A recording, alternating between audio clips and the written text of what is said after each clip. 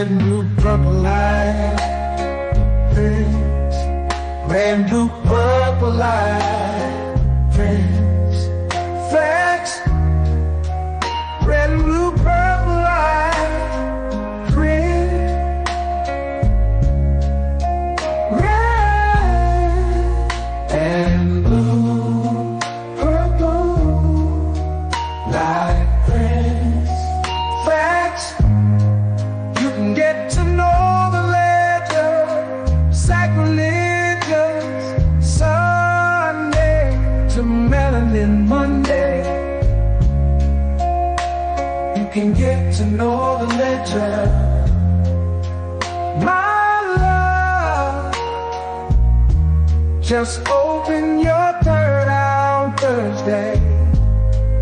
Lord, the food, the art, the clothes, the Vatican's getting exposed fast.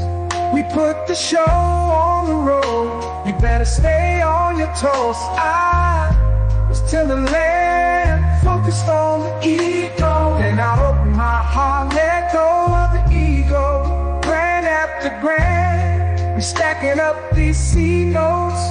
Facts, facts, yeah. We gon' put this shit on our backs. Facts, facts. We in your city, pull up where we at. Facts, facts.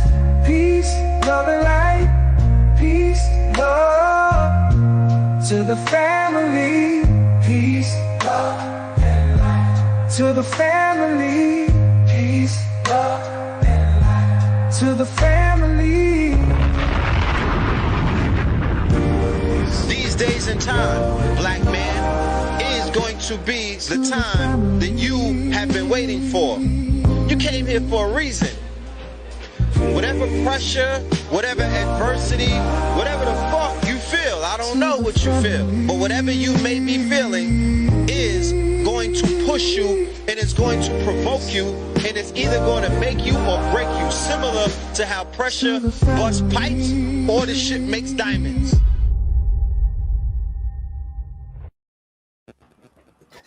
Peace to the family. Peace, love, and light.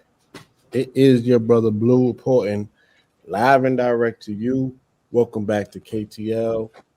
You are now rocking with the best.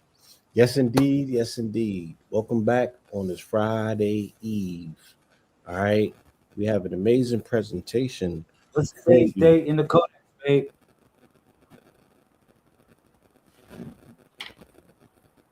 We have an amazing presentation, family. I want you all to get comfortable, pull up a seat. All right. We got a dope one. Tonight, my guest, our good brother, Lazarus Lamel, is going to be bringing a dynamic breakdown and some insight to you tonight on the MESSIAH Codex. All right. Once again, family, it's your brother Blue. It's been a minute. How are you? Please press the like, smash the share button, and subscribe if it's your very first time pulling up to KTL Know the Ledge Media. This is also broadcasting live on Know the Ledger 444. So please tell a friend to tell a friend. All right. To pull up, y'all, we got a special one for you this evening. Let me take a sip of this tea. Today's program is sponsored by that sweet tea, that Gynastemma agenda.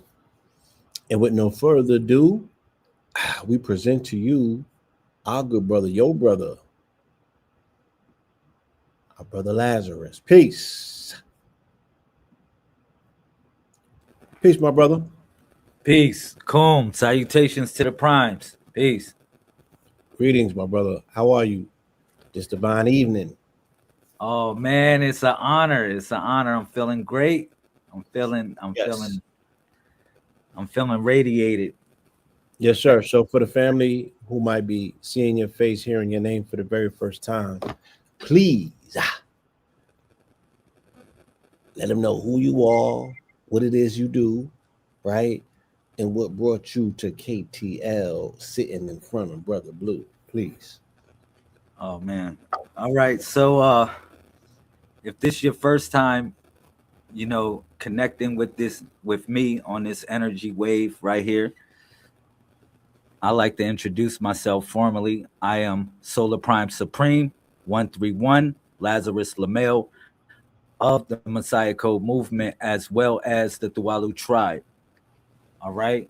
So how I come to know KTL Media, KTL Know the Ledge. Whew. Hey, bro, I've been following you brothers for like at least 15 years. Yes, I'm gonna say sir. that. I've been following the journey. I've been learning from you brothers, you Yes, sir. know, and Honest. I mean, you're a part of my journey. If anything, I can say that. I was telling your brother the same thing. If it wasn't for you guys putting in work, putting in hard work, putting in this time, you know what I'm saying? I Yes, sir. really wouldn't have a real live master teacher in the flesh to Yeah. connect with. Yes, sir. So I Hold on. regard you brothers. What Hold up. Thursday? No, no. Yeah, I'm on live, but it's cool. Yes, You bro. good? Yes. I mean, I regard you brothers as you know great mentors, bro. If anything, I can say that. That's how I It's come. I've been watching for a long time, but it's more than watching. I've been participating with the message. right. You've been You know. demonstrating That's, in yes, right sir. your own personal demonstration because with people's own personal demonstration comes orientation, which brings about organization, right? And then they have people that are replications of their own calibration. So you've done your own aspect of the work. You created your own resonant frequency, which has attracted and magnetized people to your message, and your methodology. And then we find ourselves here this evening, and I'm having an opportunity now to interview you about something unique that you have developed from your observation of information, which you have intaked, recalibrated, and now it has become once again, as I said, your personal demonstration. So here we are, the Messiah Codex. Um, you got some information. One day you went down through there and you reemerged as Lazarus has reborn and rebirth into a new vibratory frequency of your existence and your manifestation here in this lifetime. And you manifested as Lazarus Lamel. Is that how you came into the world? Yeah. So when we talk about the Messiah, and when we talk about in reference to the name Lamel, Lamel is just a title. It represents the sacred name, and it also represents the sacred number, which is 131. All right. So, you know, part of of what I share with the community, again, I wouldn't say that I'm teaching anyone anything here. I would say I'm sharing a data file. I would say I'm sharing a file with the community. I'm sharing a download as well as an upload. Okay. I like And it. so when we think about the Messiah code, we're talking about numbers that flow between 1 and 31. All right. If I ask everyone in the chat, anybody here, I say, well, what is your birthday? Which is really called a log date, how you logged in space and time. Your log date would be between a 1 and 31 number. That 1 and 31 number, 131 LML, again represents the sacred name and sacred number. And this what created an NTP, or what we consider to be a network time protocol with the world. All right, because everybody's on the same frequency. If you go on your computers, they're also operating between a 1 and 31 digit. All right. Now, some may say, well, what about the 1 and the 9? Actually, the 1 and the 9 is a part of symmetry, and it's a part of the locks and the keys to what we consider to be the box. All right. But there are other numbers that operate outside of the 1 and the 9. And these are what we consider to be irrational numbers. All right. And I'll get into that because these irrational numbers like pi, the square root of 2, and so forth, and many other numbers like Euler's number, and they go on forever, bro. They just don't stop between the 1 and 9. If you try to duplicate a pattern, you'll never duplicate the pattern of pi. It's people that are having contests of how many numbers they can remember of pi, because the number goes on forever. And that's the same thing for irrational numbers. And that's why I give reference to the primes when I come on here. All right. And again, you know, like I said, the 1 and 31 operate like the 1 and the 9, because it's the alpha and omega, all right, or the beginning and the ending, the ending and the beginning, all right, which represents a cycle of creation, all right, to breathe in or to breathe out. It's the same thing, all right. Even if you go in gematria, the highest number is 31, which is El. Genesis chapter 1, verse 31. All right, that's the first chapter of the Holy Bible. It only goes up to 31 verses in the first chapter. That right there is a signal of sort of what I'm talking about with the codex of the Messiah. All right, somebody, you know, right out the gate, someone asked, what about the false astrological Gregorian counting mechanism? How do you account for the miscalculation of this calendrical system that has 30 days, sometimes 28 days, 31, 29? You know what I mean? That's very easy, my brother. First thing I would ask is how many degrees are in a circle? For anybody would say, well, what about the misconception and miscalculation of whatever?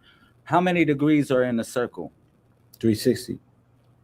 No, contrary to what people's opinion, right? It's 361 degrees. Right. In Explain a circle. Because we're talking about the observational node. This is like even with this double split experiment, when one collapses a particle into a wave, they count the observer, which stands in the middle of the circle, which is the dot. If I start spinning right now, bro, if I start spinning, I realize that I am the dot. So that is the 361st degree that operates in the middle of the circle. And this is what the elders always taught us about. They always taught us about the dot in the middle of the circle.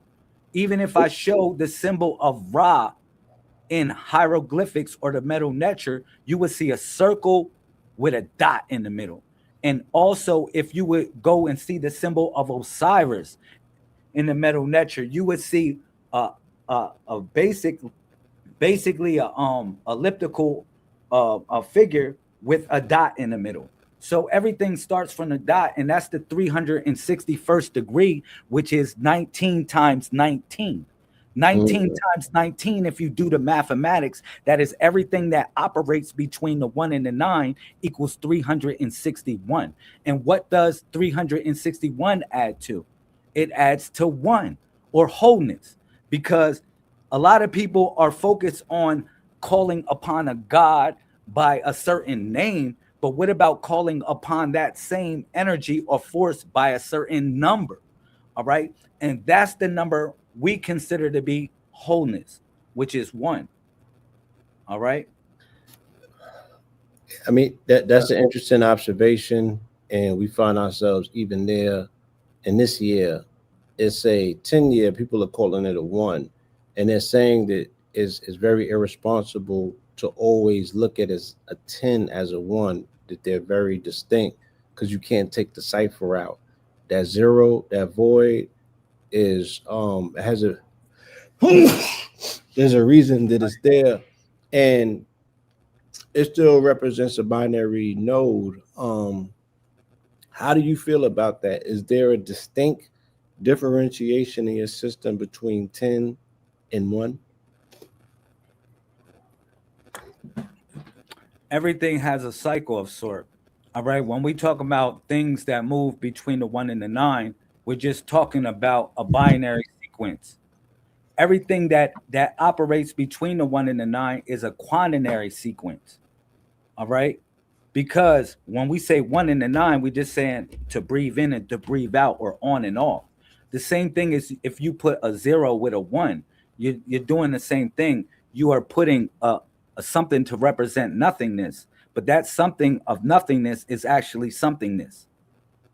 If anything I can say, it has to account for, you have to still put it in your equation anytime you're doing any mathematics. Like for instance, like if I'm reaching out to pull somebody close to me, I still have to count the fact that I am the one that's reaching out, not just the distance of my arm. Mm-hmm. Yes, sir. Yeah, I love the rationale. So again, do you consider this a 10-year or 1 year?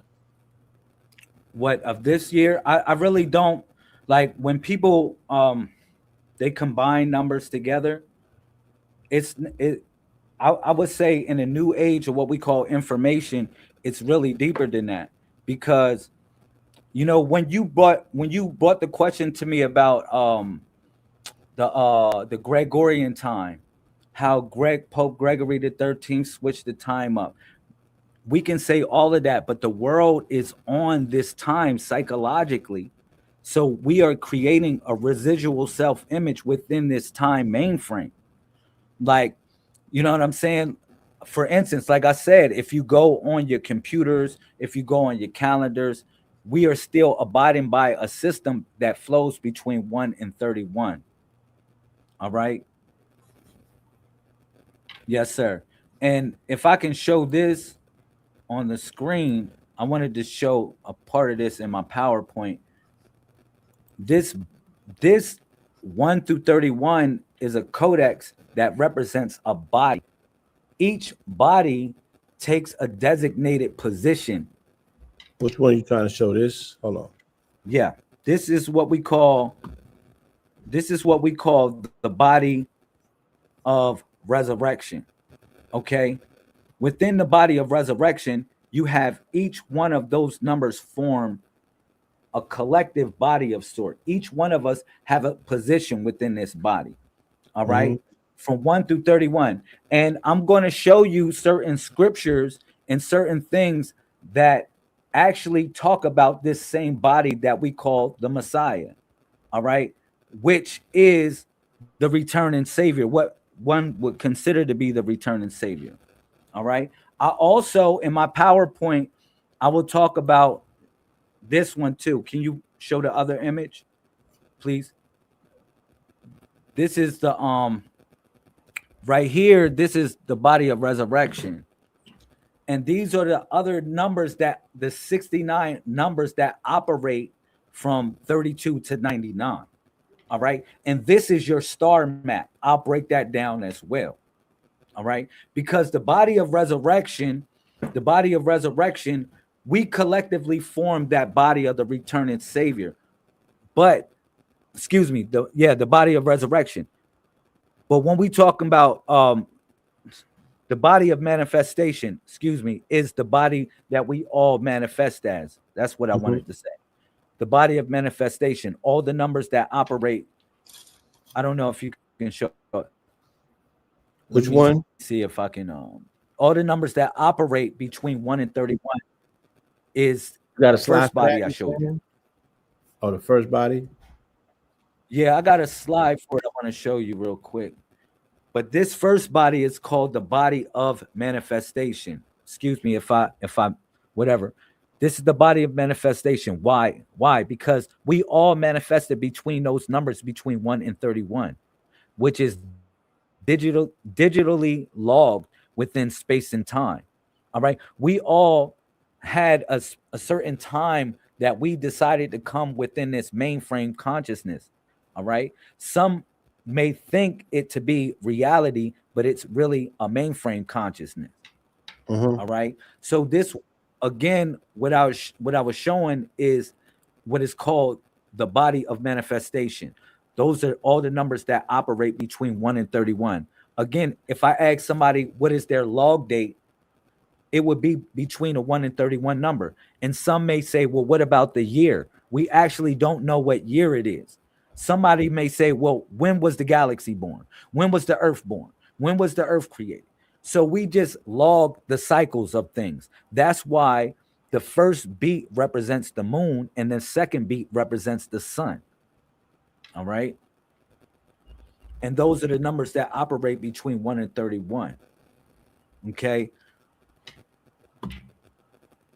So yeah, I have a slide. I have some slides. I have a PowerPoint, and I'm gonna be talking about various things such as the 361st degree. I'm gonna be talking about Saturn's cube, which is the real matrix. I'm gonna be talking about the Messiah Codex, what it means, what is a Messiah, what is this the returning Savior. Should you use the name Christ or should you use the name Messiah when you are giving reference to a certain theology of sort? I'm going to be talking about those things as well. Let's get it. Let's go. All right. So can we bring that PowerPoint up? And also, bro, what's going on with that matrix theory? Do you have that matrix theory music? If you can plug that, that would be man, that would be love, bro. What do you want me to play it now? You saying? Yeah, you can just play it in the background of sort, and then I'll just, just give my presentation to the family, and we'll see how it connects. If the music goes off, we'll cut the music off. But I really wanted to flow on a certain frequency. That's why I designed the music also for this presentation. All right.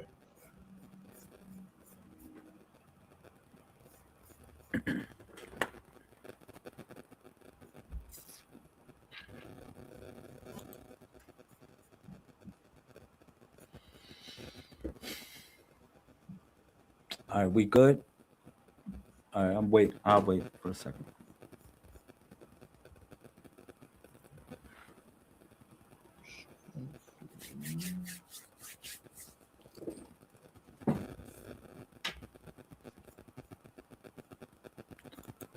All right.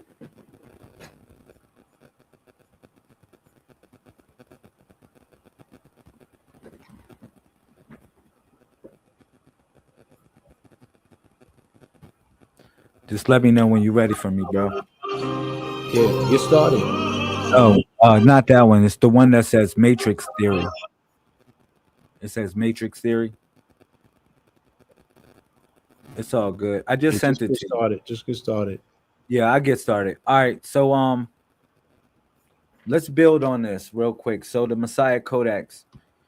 And again, I'm gonna formally introduce myself. I am Solar Prime Supreme 131 Lazarus Lamel of the Messiah Code movement. So I'll break down what are solar primes, what are lunar primes, what are neutral primes, what are vector primes, and what is an axis prime. All right, because that is my designated node that I represent within the Codex of the Messiah. That's why I took on the title Solar Prime Supreme. All right, 131. That also represents my log date, how I logged in space and time. Okay. So, what is a Messiah? A Messiah is very simple. We're not going to get theatrical. We're not going to get the passion of Christ with it. We're going to keep it very basic. A Messiah is a leader or a savior of a particular group or a cause. Very simple. You can go Google it, dictionary it. The religious terminology of it, it really doesn't apply to what I'm sharing with the community. I took on the second position, which represents a leader or a savior of a particular group or a cause. All right. Again, a leader or a savior of a particular group or a cause. Now, I'll give you something from a memorandum that we collectively, we study within the Messiah Code movement. And also, shout out to the Purple Heart Squad in the building. Peace to everybody represent the movement. Coom, salutations. All right. So, look. So the Messiah Code is an archive of information that is and has been and will be moving throughout the mainframe for an eternity of what we call time and space. The greater consciousness of thought, the hard drive of self-awareness. How can I explain what the Codex is? All right. A combination of all matter and antimatter. In actuality, you can consider it a combination of all things. We call this the network, the tone of the universe. All right. So when we talk about the codex is an archive of consciousness, a flowing stream of data moving through time and space, past, present, and future, converging into what? One, wholeness. I said, how can I explain what the codex is? Because each one of us, we are literally an expression of what the universe tends to feel through you or express through you, if anything I can say. All right. But when we talk about an archive, we're talking about a collection of historical documents and records. Okay. That's why we was talking about the Messiah Code is an archive of information that is and has been and will be moving throughout the mainframe for an eternity of what we call time and space. All right. So when we talk about movement, the act of changing a physical location or position of having change, we're talking about something else. We're really talking about a group of people working together to advance their shared political and social or artistic ideas. That's what I talk about when I'm giving reference to movement. Shout out to the Messiah Code movement. All right. So one thing that I share with y'all, I said that we are the body of the Messiah. We are the body collectively of the returning Savior. A lot of people are waiting for a Savior to return, to drop out of the sky, to I don't know. It's just so many like weird things about it. But the message, my proclamation is just really sound. This is what I'm sharing with the community. We are the body of the returning Savior or Messiah. Okay. And I showed y'all this body, which this is the body of resurrection. The other body is called the body of manifestation. All right. And then I show different verses of the Bible or Bible when it says this, 1 Corinthians 15:42 through 44. So it will be with the resurrection of the dead. The body that is sown is perishable. It is raised imperishable. It is sown in dishonor. It is raised in glory. It is sown in weakness. It is raised in power. It is sown a natural body. It is raised a spiritual body. If there is a natural body, there is also what? A spiritual body. So now that spiritual body collectively, we're talking about the network. And then I took y'all to UCC 1-301. If you notice, that's a 131.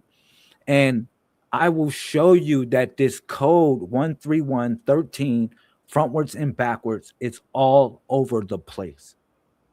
You're going to show me, because now that you see it, it's like Where's Waldo? When we used to play Where's Waldo back in the day, once we saw Waldo, we was always able to see him. All right. No matter what. All right. So you cannot be tricked. Now you know that the 131 is symbolic of something really deep. All right. So this is territory applicability, parties at power to choose applicable law. And this is in the UCC 1-301. All right. And you can check that out. And then I took you to another 131, which is frontwards and backwards. Again, because we operate from the dot. When I say we operate from the dot, I'm talking about we see things frontwards and backwards and forwards. You know, we operate from the center. So no matter how they throw the number at us, we're able to decipher it. All right. So it says, indeed, I baptize you with water into repentance. This is a 131 right here. But he that cometh after me is mightier than I, whose shoes I am not worthy to bear. He shall baptize you with what? The Holy Ghost, and what? With technology.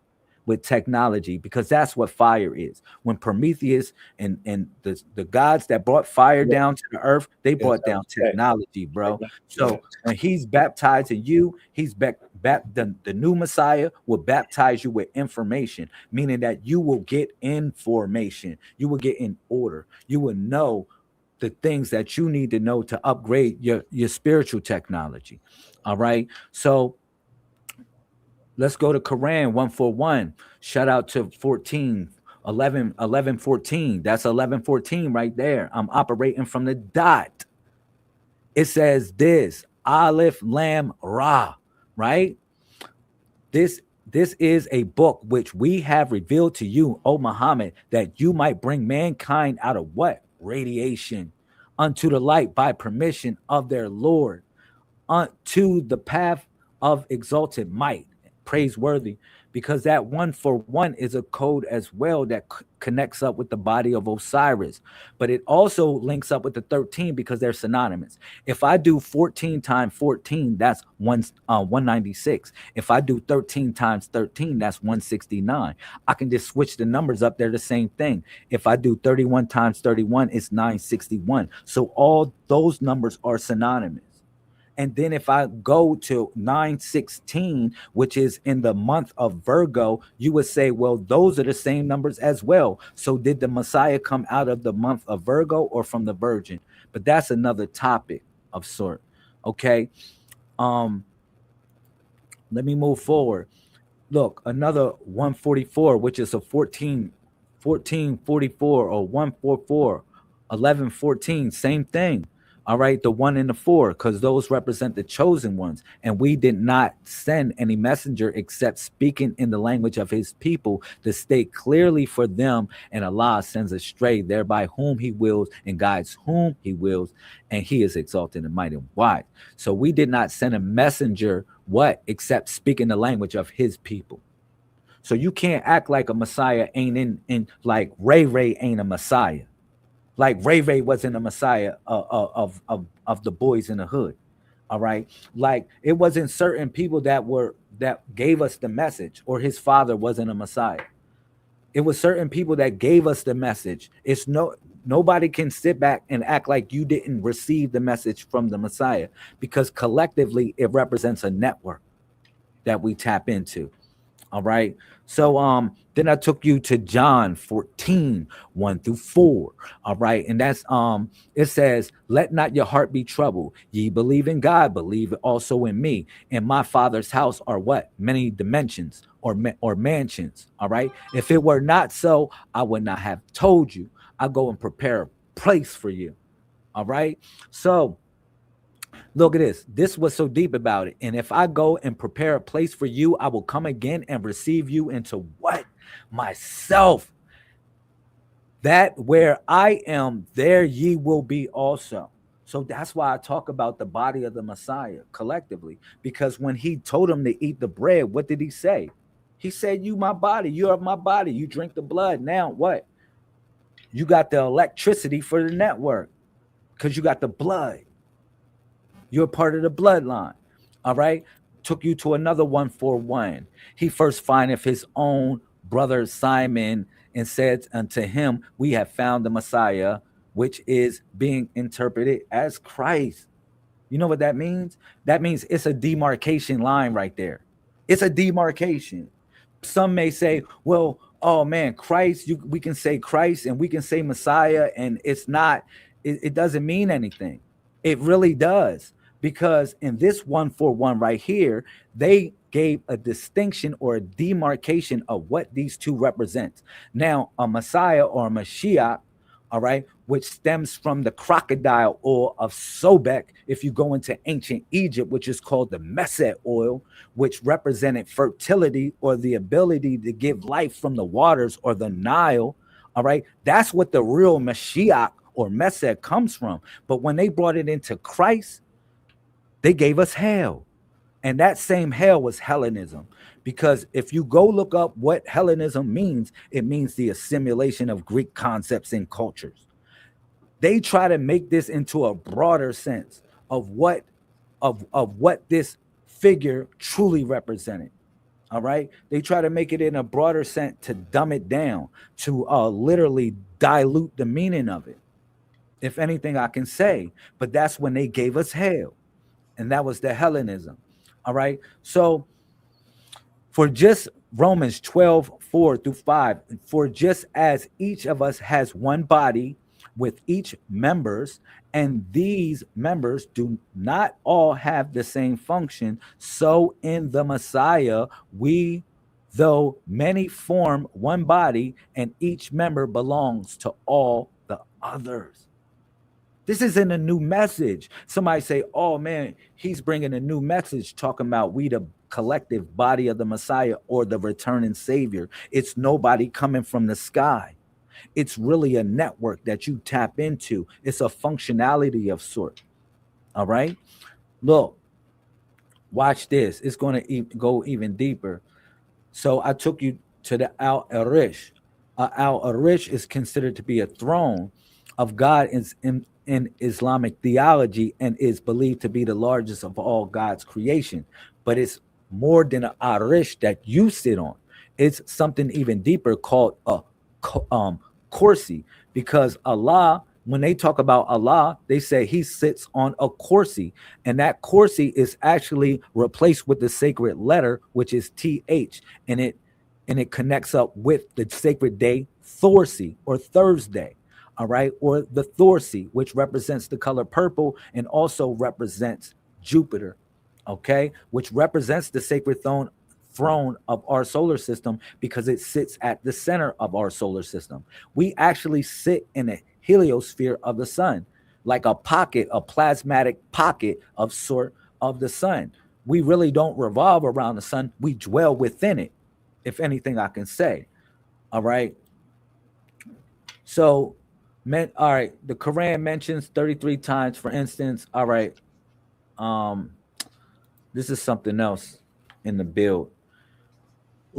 Right. 1 Corinthians 12:27. Let me hit him with this. It says, now you are the body of the Messiah. Now, remember, I'm not using Christ. Some might say, oh, in 1 Corinthians 12:27, it doesn't say that. Now, I've been qualified why I'm using the word Messiah interchangeable with Christ. So if anybody tried to wrestle with me on that, this is my position of where I stand utilizing the word Messiah when I'm using transliterations or translations of the Bible. All right. So 1 Corinthians 12:27, now you are the body of the Messiah and each of you are part of it.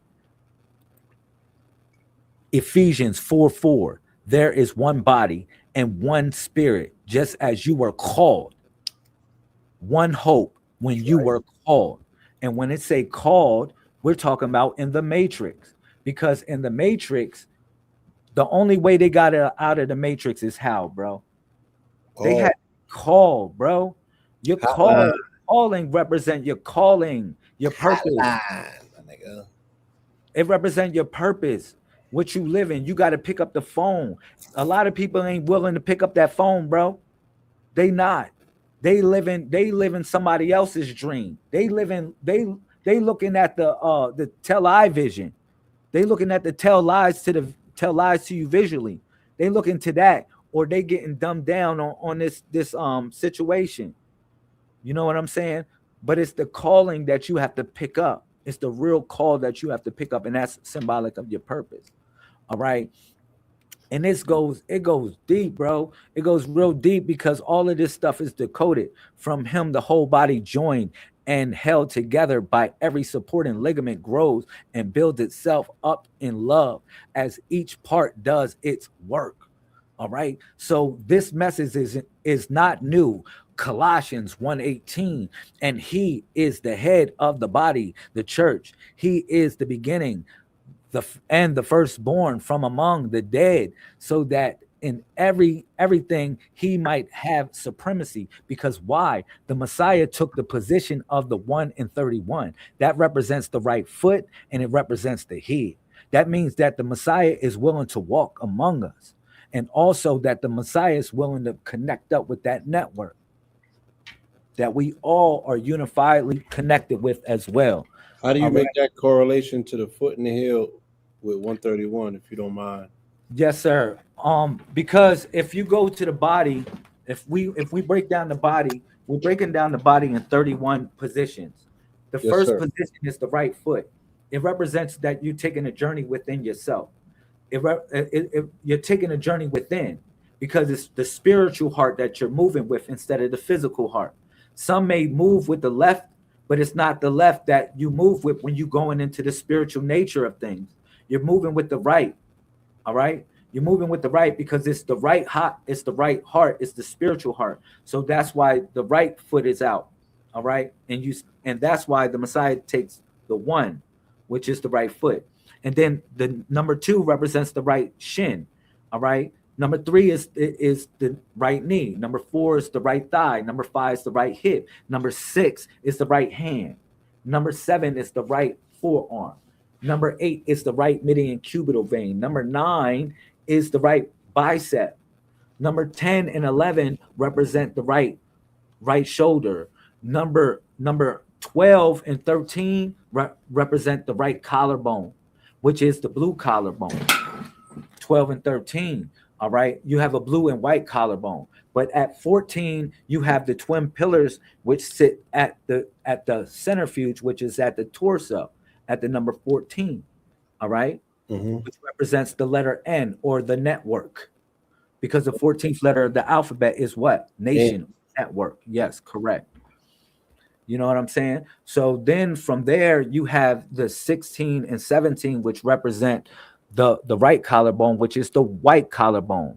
All right, and each one of these have a spiritual, if I would say, avatar that connects with it. You know, each one of them have a spiritual principle, and these are things that I decoded, bro. It took me over 20 years to decode these things. All right, so you got 18 and 19 represent the left. We're talking about the left side of the body. Now, the left side of the body is operating right brain activity, and the right side of the body is operating left brain activity. So everything that I'm describing from the left and the right perspective, you got to think it from the right brain being more like more imaginative, more loving, more creative, and then the left brain being more programming, more logic, more like, we're going to program this thing to operate it this way, and that's it. It's not going to bend no laws. Right. You know what I'm saying? But again, I keep on showing the same message where they say, let the peace of the Messiah rule in your hearts, since as members of what? One body. It's not like I'm bringing a new message, bro. It's not, I just decoded it. And then you can go into ancient Egypt. It's the same message. Colossians. That was Colossians 3:15. Let the peace of the Messiah rule in your hearts, since as members of what? One body. One body. One body, bro. So, and you were called to peace. Again, called. Talking about your calling. Your calling. Because when you live within your calling, you find peace. This is how you find peace, living in your purpose. You know what I'm saying? Man, for real. So, I took you to the pyramid text utterance 600 from the pyramid of Eunice, when they talk about the king appears as Osiris, green of face, with fingers on his shoulders. It is he who has protected Horus, and who has repulsed Seth, and he has become Osiris. Literally, he became him. All right. So, and I'll show you different versions of collectively, they represent that same messianic figure. All right. Where a king appears as Osiris. Okay. Pyramid text. This is pyramid text. Another pyramid text 1316. All right. From the pyramid of Pepi the second. The king Osiris, who has emerged, being renewed like an Ankh spirit, he is clothed and he appears as the king of the living. Pyramid text utterance 688 from the pyramid of Pepi the first. The king appears as Osiris, and his Ba soul is Osiris. He has received the croak and the flail. All right. So I'm showing you different things where this body of the Messiah, or the body of a certain supreme being, is not a new message. Somebody say, oh man, he's bringing something new. No, it's something that is of old. All right. It's something of old, because again, I broke everything down to wholeness. if anybody asks me, well, what God I would tap into in reference to a name, I would say no, it's not a name. It just simply represents a number, which is wholeness. Some may say oneness, but when you think of oneness, is different than wholeness, because wholeness is completion. Like you feel complete when you are connected with this. All right. So now bringing it back to the mainframe. Now we are in the age of Tanun, if I would say it like that, because Ta would represent what is expressed or uttered and it's brought into a physical manifestation. Noon represents the primordial well that dwells within the primordial waters. All right. Again, Noon represents the well in Hebrew, but Noon is also the father of the Messiah that followed Moses. All right, who you call Joshua. His father, he is the son of Noon. The same deity or the same thing connects up as a well. All right. So when I say the mainframe, when we're living in the mainframe, it's a programmable reality. That's why I gave the equation from the beginning of the build. I said, how many degrees are in a circle? It's 361, because that dot represents the observational node that collapses reality. It collapses reality, for whatever choice that you make, within this reality, it collapses it, the observational node. All right.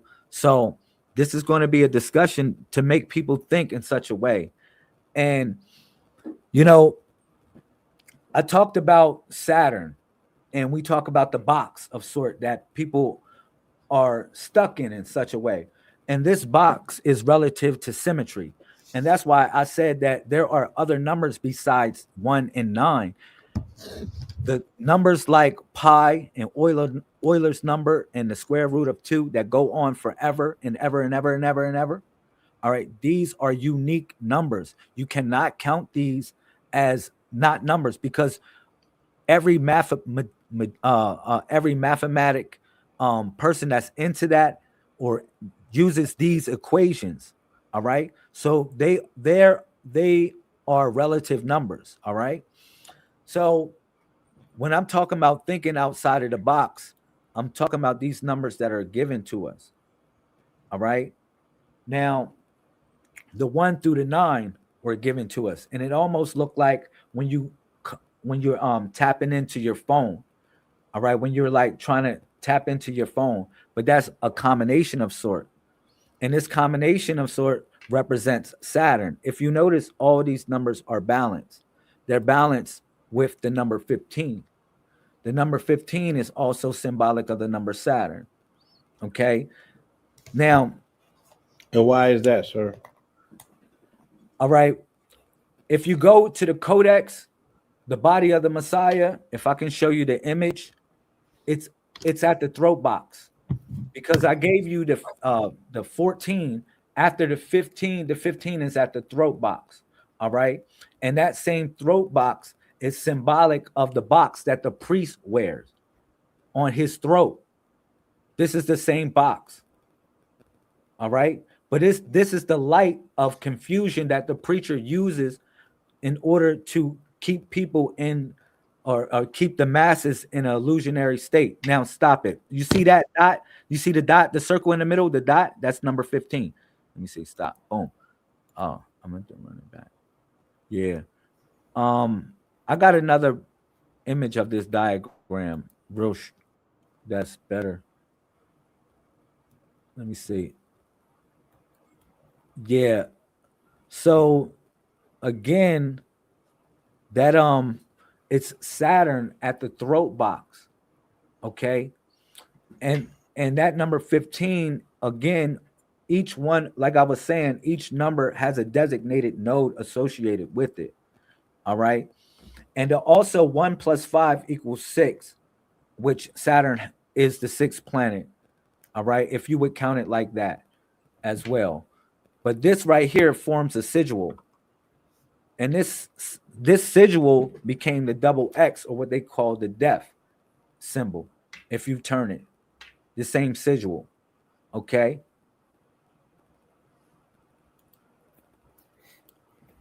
And this is how the box of Saturn really operates. It operates literally like a tesseract because the fourth dimension is time. Okay. Mhm. Now, time comes from the word tiempo, which is temple. All right. So your body is the temple again. All right. So when we think of the box, we think of the box like this. It has what? A cube has six faces, six square faces. The edges of a cube is 12. You got 12 edges. All right. And then you got the vertices. You got 8 vertices. I'm going to break this stuff down for everyone. Okay. So the cube is also representative of the rectangular prism. The rectangular prism is just an elongated cube. That elongated cube resembles a book. All right. A rectangular prism and a book are the same thing. It's the same plutonic solid, if you want to call it that. It's the same thing. All right.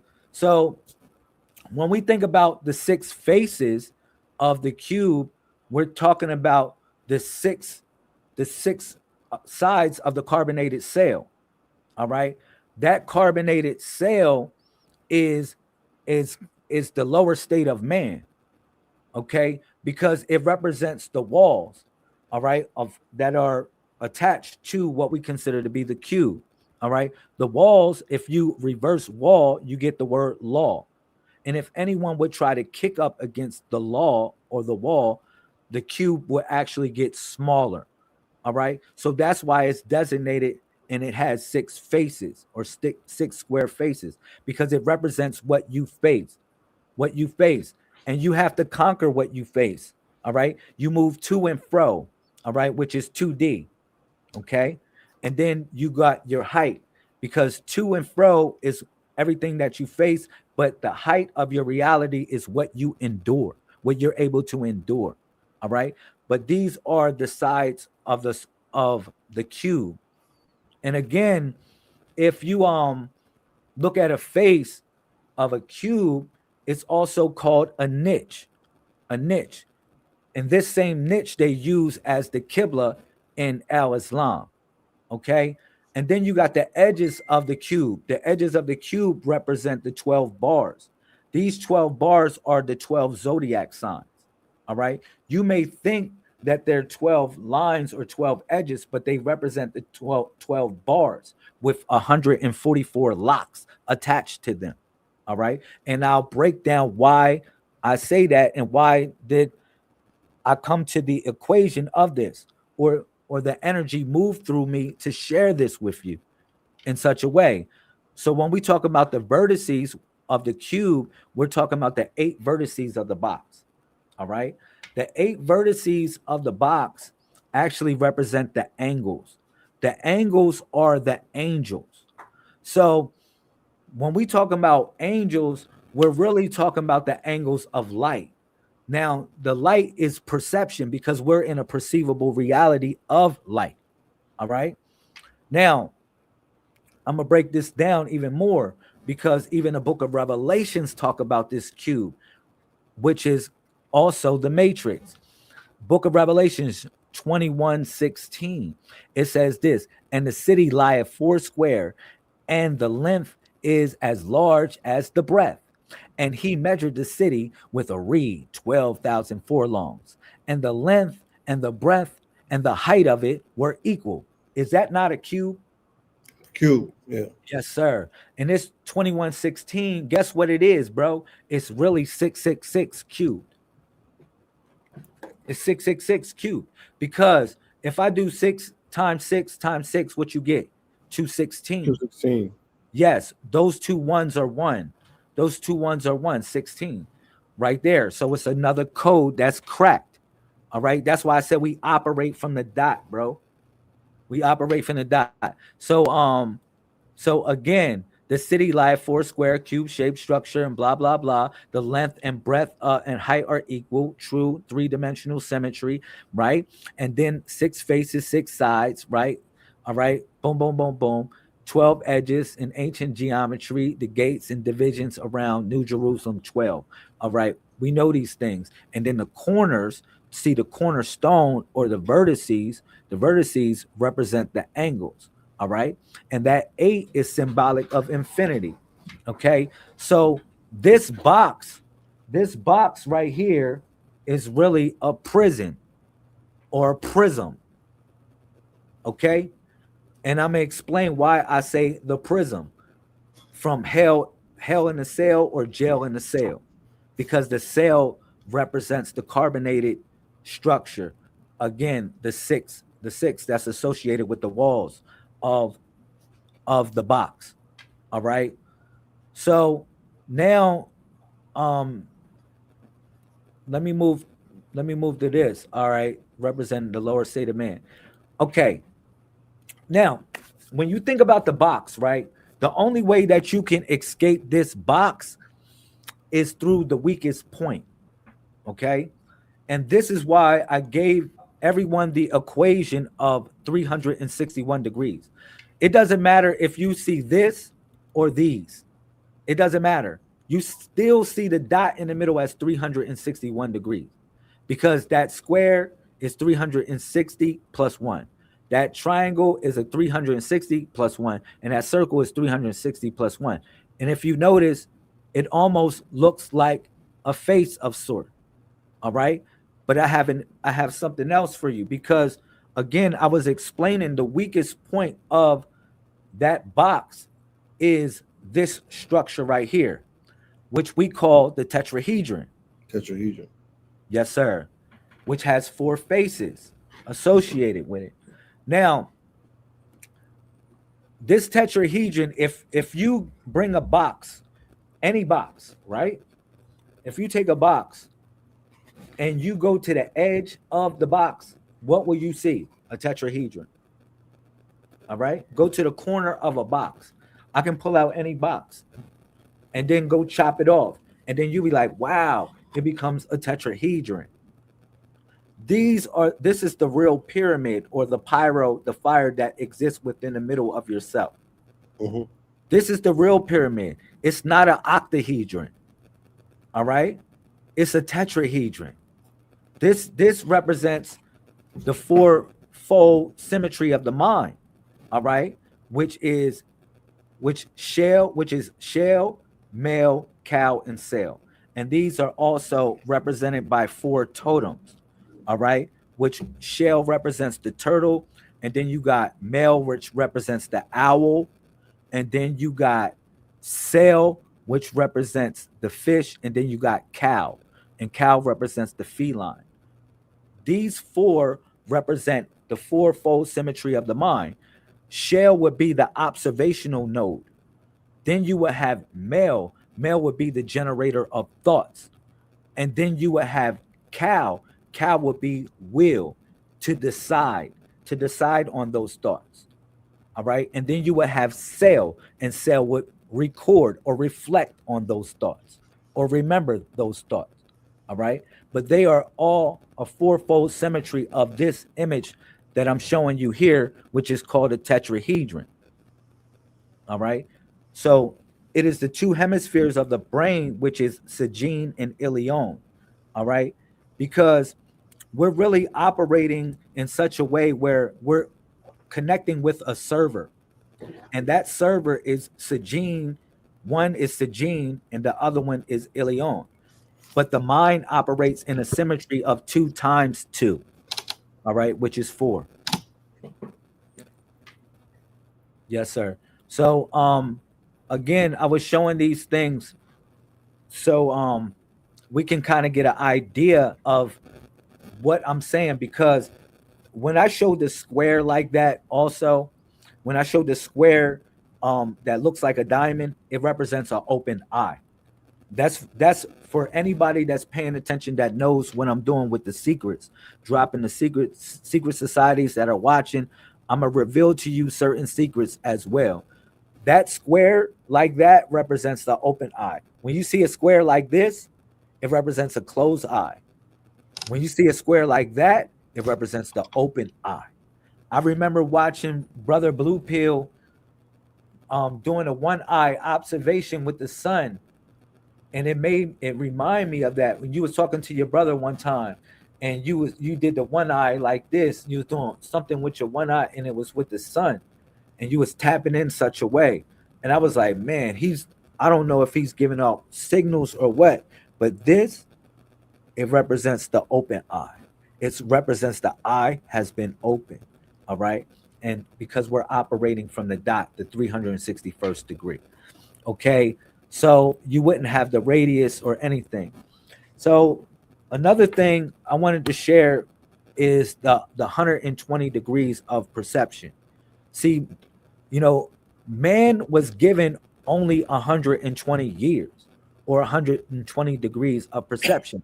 That's why you have 120 and 120.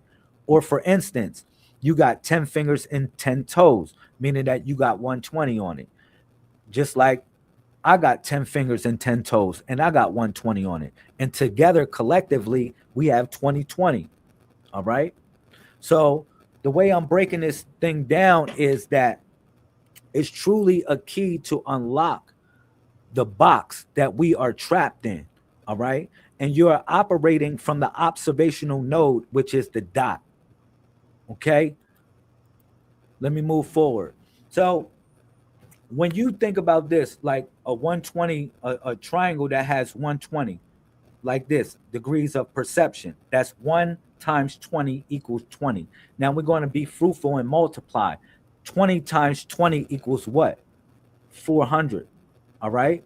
So now when we think about the bottom layer, we're thinking about the 12 because we take off the 0. All right. The bottom layer represents the 12 hours of day and the 12 hours of night, because you got two eyes. You got two eyes.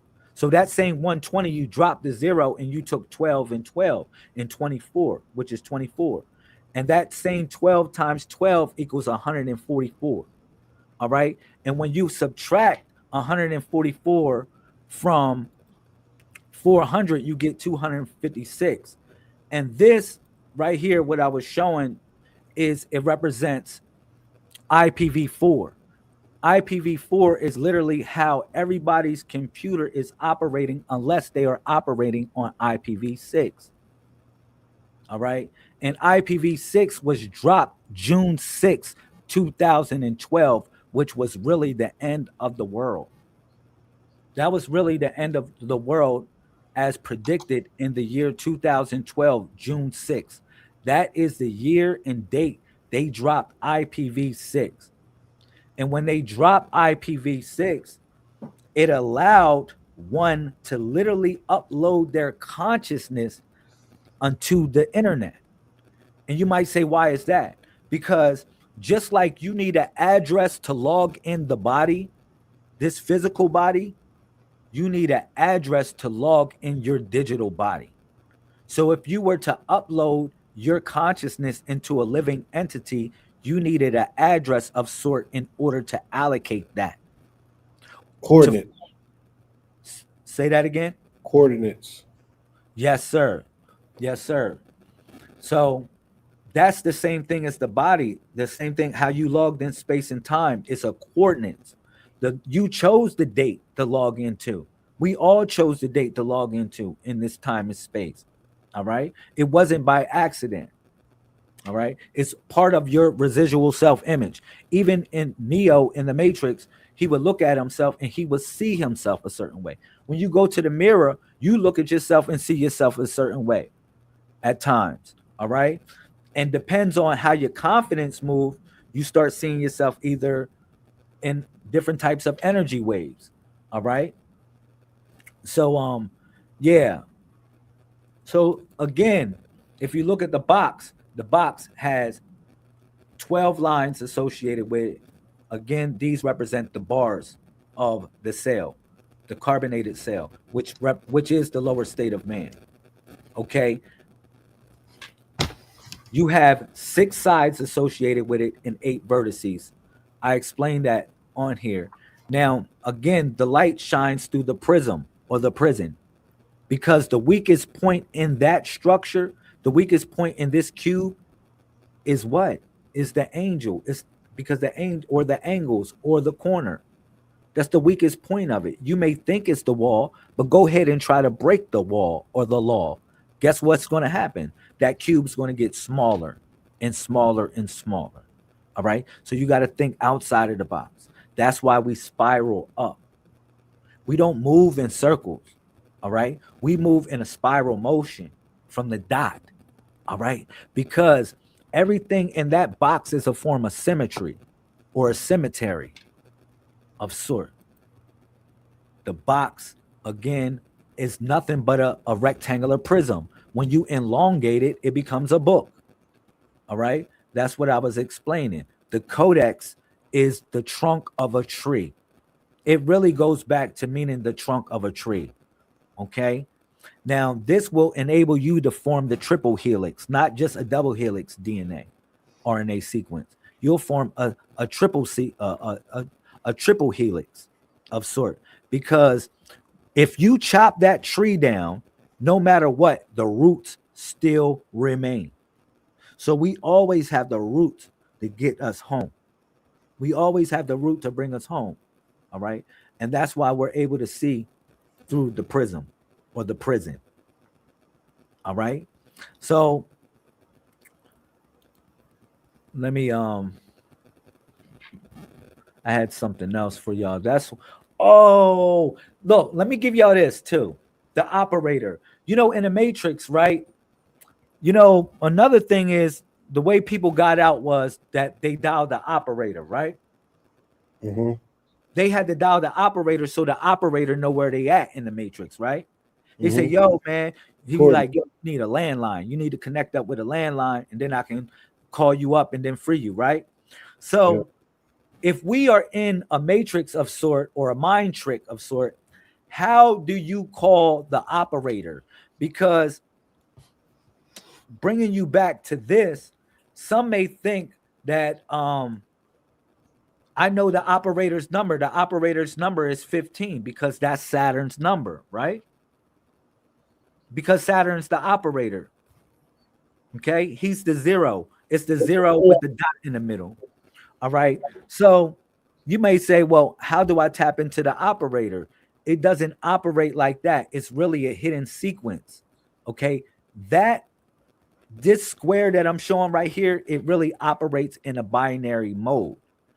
And you have to dial the number 15 in order to dial up Saturn. Now you might say, well, how do I do that? Well, if you know binary, and I showed this on the this point, binary, let's count 15. This is binary. This is a binary chart right here. Okay, because it doubles itself. All right, you go up to 8 and it doubles itself. All right, so if I would count 15 in binary, it would be 1111. It would really look like 1111. So to connect up with the operator, you actually dial 1111. You dial 1111 on the phone. This is the phone.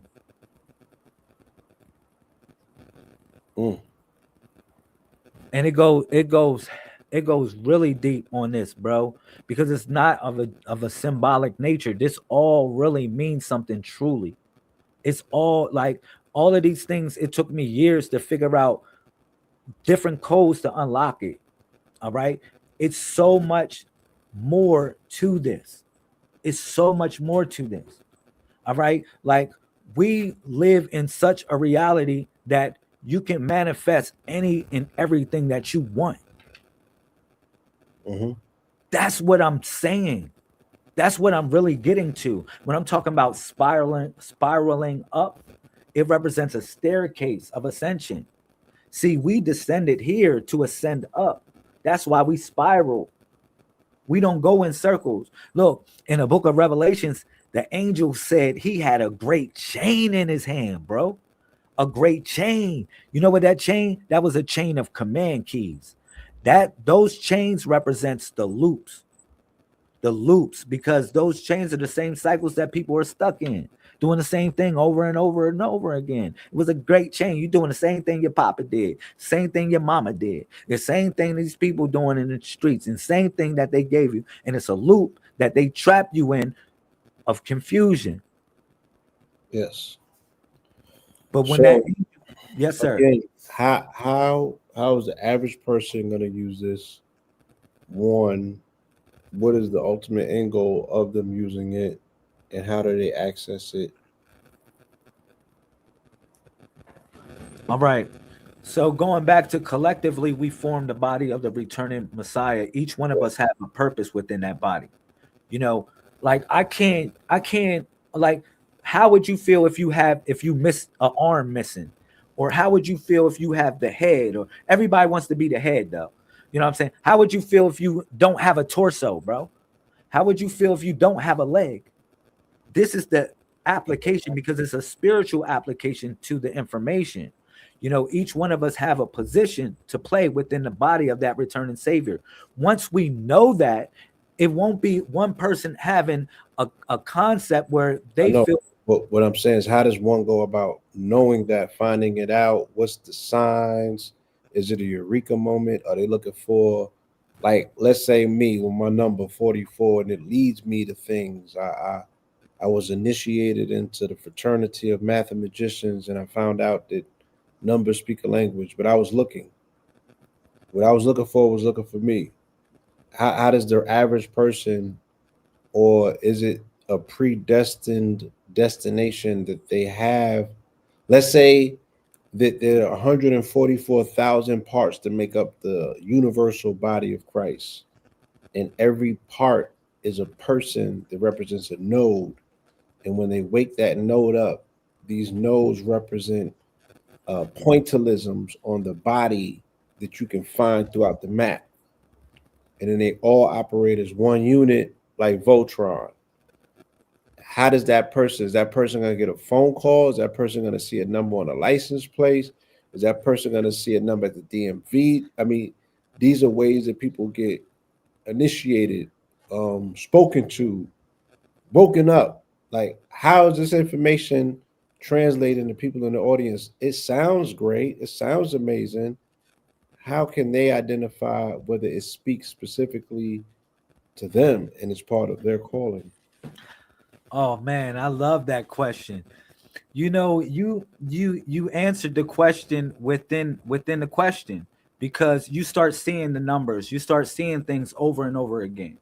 And you start aligning up not only your name, you start lining up your log date with certain things that correlate with your purpose.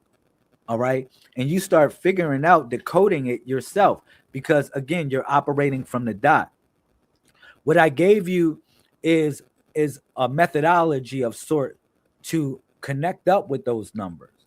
All right. So now you would know that if your numbers are between the 1 and 31, each position would correlate with something that is going on with in your life. I have so many people that say, "Yo, man, I see this number over and over again. I see this over and over again. I see this number that when I'm thinking of this number pop up, and this number always pop up." Am I to say, "Yo, bro, you crazy"? If over 10 people have said this to me, over 20 people have said this to me, am I to say, "Y'all are crazy"? I'm not. Each one of us have a position within this body of the returning savior. So each one of us have an observational node that catches the signal. And when we catch that signal, we catching it on our frequency. All right. And or amplitude modulation, rather, should I say. Because it's not really frequency that we operate within. We operate within what is considered to be the amplitude modulation. Now, the body is broken up in these parts to represent that amplitude modulation. All right. And some may say, well, how would I utilize it in such a way? You know,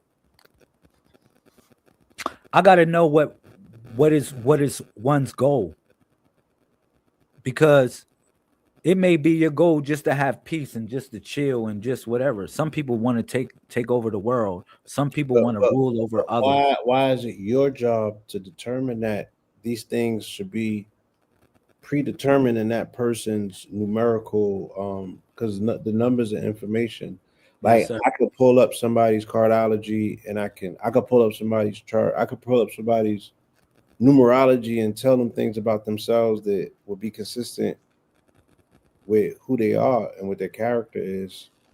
Does this system have a similar ability to again cut across the veil and speak to a person? Is it automated, or do you have to be the one that inaugurates, initiates, and introduces somebody to themselves? Is it an automated, decentralized system where somebody can just find these numbers and based on how can somebody find 361? Where is it for them to like? How can they grasp it and pull it out the atmosphere? Is it a website? Do they have to be initiated, introduced, is it a clique? Is it a cult? Do they got to get jumped in? Like, how do they go about initially sniffing this information out? Is it a eureka moment? Do they wake up with an aneurysm and something goes off in their brain? Something drops off of the fridge and hits them in the head? How do they find themselves to this information? And what the hell can they do with it once they get it? All right. How about you just bring me on the screen real quick? Let me share this one. You on the screen. Yeah. All right. So the 361 degrees, we're talking about abstract thought. If I brought you something that's never heard before, or someone never heard this, and they figure, oh man, they want to go look it up. If you go Google it, or if you go chat GBT it, you might just find the Messiah code. All right. For real, for real. The reason why I say this, because it's abstract thought. And I gave you an equation that you would have to decide for yourself. Does it make sense? All right. Because, for instance, going back to the 361, I asked everyone here to qualify the question, how many degrees are in the circle? Everyone added 180 above and 180 below. And I said, well, what about the center? Are we going to talk about the center? Well, we need an extra degree. We need one more degree to add to this calculation. Now, you would have to qualify whether you represent the dot or not. All right. You would have to know, or are you inside the circle, or are you outside of the circle looking in, or locked out of the circle in such a way? All right. If anything. Now, figuratively, say that again. Is that possible? Can somebody be locked outside of the circle? It's like the Matrix, right? And nobody can be outside of the Matrix in physical reality. Where do you go when you go outside of the Matrix, bro?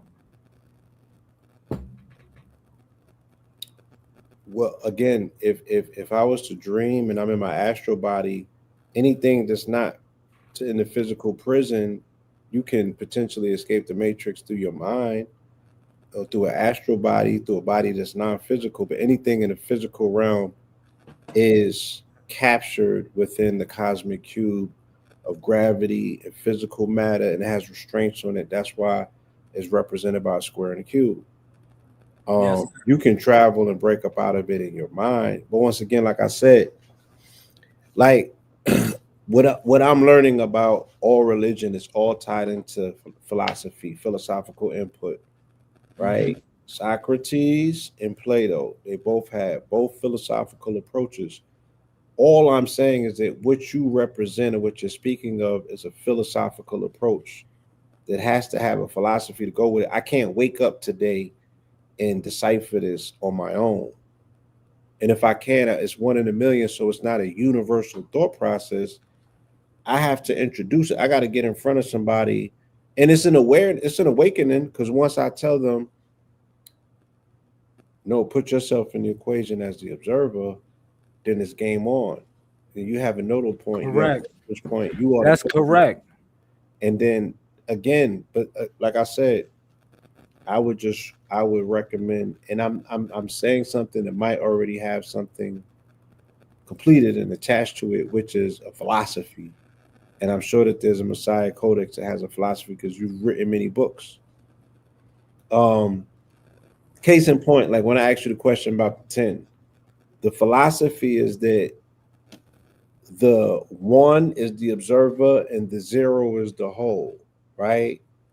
So the whole aspect of God being, but God is a Dio, so it's two tens, it's not 110, right? It's two tens, it's a 20. It's the aspect of these integers, right?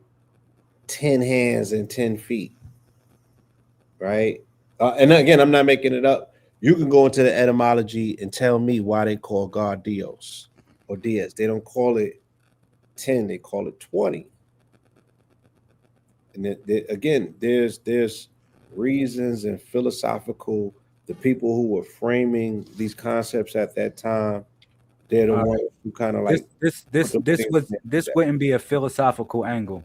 The reason why I say that, you wouldn't consider the Messiah Code to be a philosophy. The reason why, let me give my spill on it. If I ask you what's 1 + 1, right? Are you using a philosophy, or are you utilizing a system to come to your conclusion? You said if you asked me what 1 + 1 was, just 1 + 1, a very simple, simple notion. I'm using my logical. I'm going to use my left brain and use logic to add 1 + 1. Mm-hmm. I'm just saying, you coming up to your equation, you would utilize a system of sort to come to your conclusion.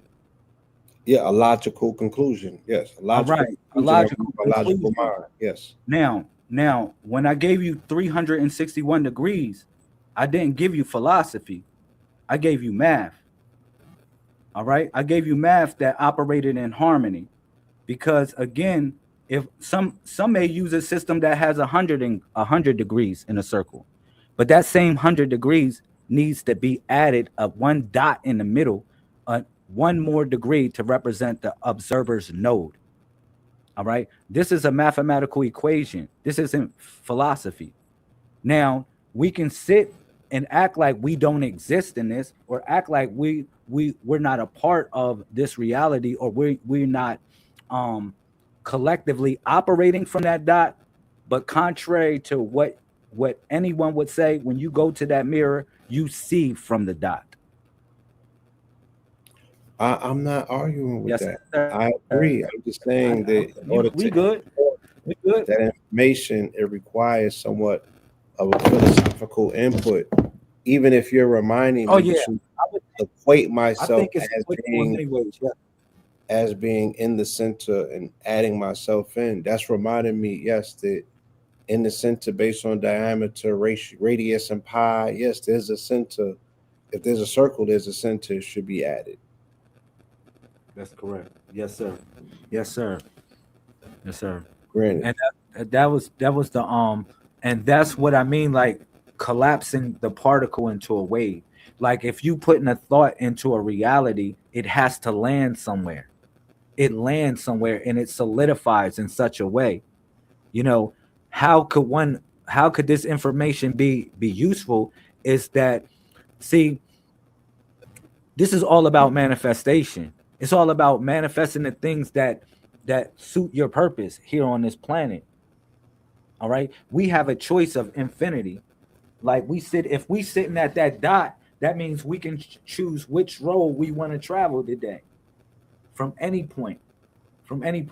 But you know, just going back to when I was saying that we operate in a far as amplitude modulation. That's what I was getting at with this point, the AM radio, and the difference between amplitude modulation and frequency modulation, which is FM. All right, and how we utilize these things, okay? Because we are really a radio, or we can turn ourselves into a radio of sort. All right, to tap into the ionosphere, or what we consider to be the Akasha records. Now, the greatest version of yourself exists within this mainframe. When we talk about amplitude modulation, we talk about the intent of your heart. Because when someone says I am, it's really representing an amplitude modulation. All Mhm. right. So, like, the human body is already a natural AM device capable of sending spiritual messages into the ionosphere. The ancestors designed you this way. The planet tuned itself to what? You. And this is the application of this information. You know, people want money. There's like if when you get money, what you gonna do with money? Like what you gonna do with money? Like, people want love. Once you get your mate, how you gonna treat your mate? How you gonna treat that person that you called upon a universe for? Like, people call upon these things in manifestation all the time. All right. But the idea is the solidification of it and knowing that you have the power of it. For instance, like they say emotion is energy in motion. Okay. And the intent of your heart actually sends a signal out into the universe. It sends a signal, a vibration. It sends a pulse of sort, a magnetic wave into the universe that has an attraction attached to it. Yeah. All right. Yes. And this is what I share with the community, the power of being a Messiah.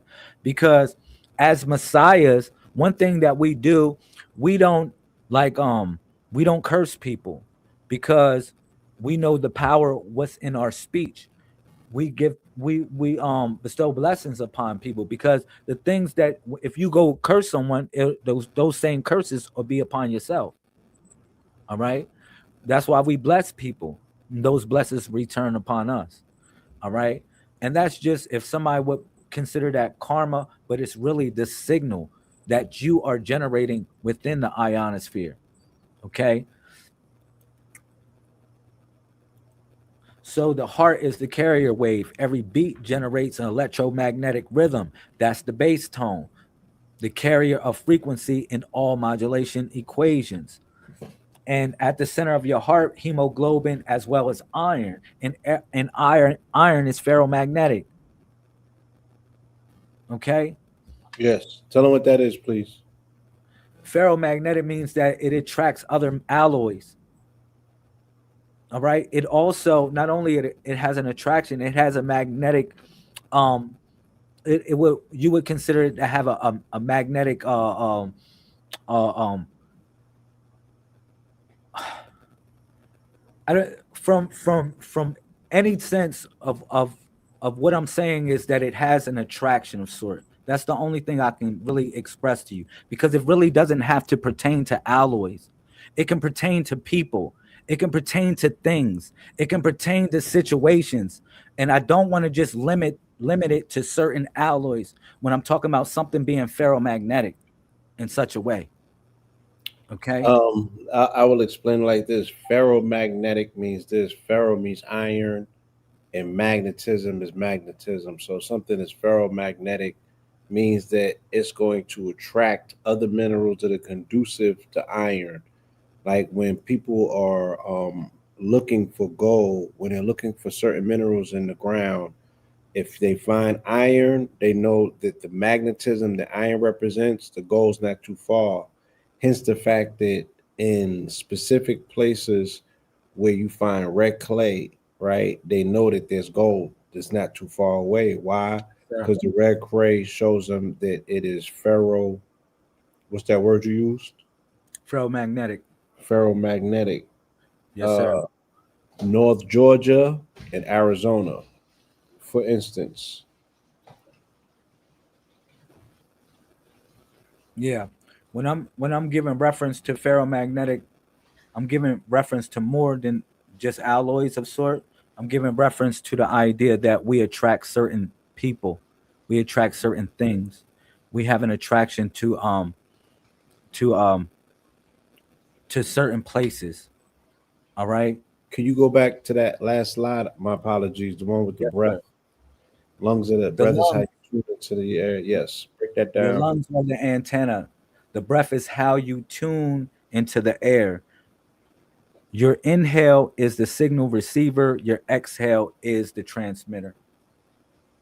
And this is You gonna going break back that down to, for them? yes, sir. This is going back to the AM radio. Yes. Now, again, this is turning your body into that amplitude modulator. Okay. And what I'm doing is I'm describing each part of your body that represents as a certain component within that AM radio. So your lungs operate as a signal receiver because when you breathe in, you're breathing in consciousness. You did like you're not just breathing in when God even in the Bible says when God breathed into man the breath of life, he became a living soul. All right. So when you breathing in, you're actually breathing in a consciousness of sort. All right. And when you exhale, you're transmitting the signal. You're transmitting the signal so it can be returned back to you in that same sequence.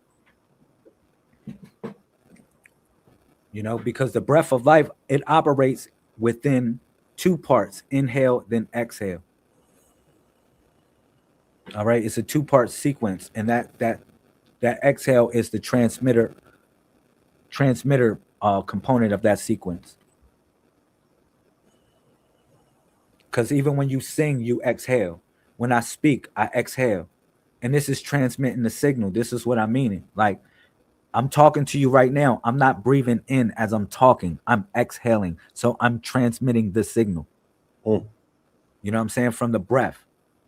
And this is the amplitude modulator. Because when people say their affirmations, the affirmations are really connected with amplitude modulation. Now, the amplitude represents the intent of your heart. That's why I was speaking of your heart, and the choices that one makes from their heart and the things that they do from the heart. You know what I mean? This is very important. This is truly very important. Yep. So it represents your rhythm or the pulse that you move within. That's why that's why your heart is attuned to that rhythm. That rhythm is your sequence, which represents the volume of your book. The volume of your book is not just it's not just like a volume like you see books behind me. No, volume represents a sound. It represents a modulating sound.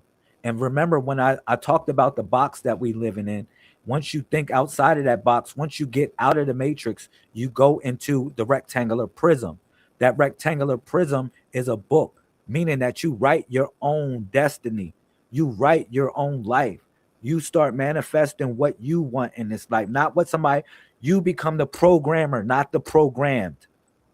That's what I'm talking about. You know what I'm saying? But you transmitting signals into this mainframe consciousness. All right. And the pineal gland is your internal signal converter, your soul's transducer.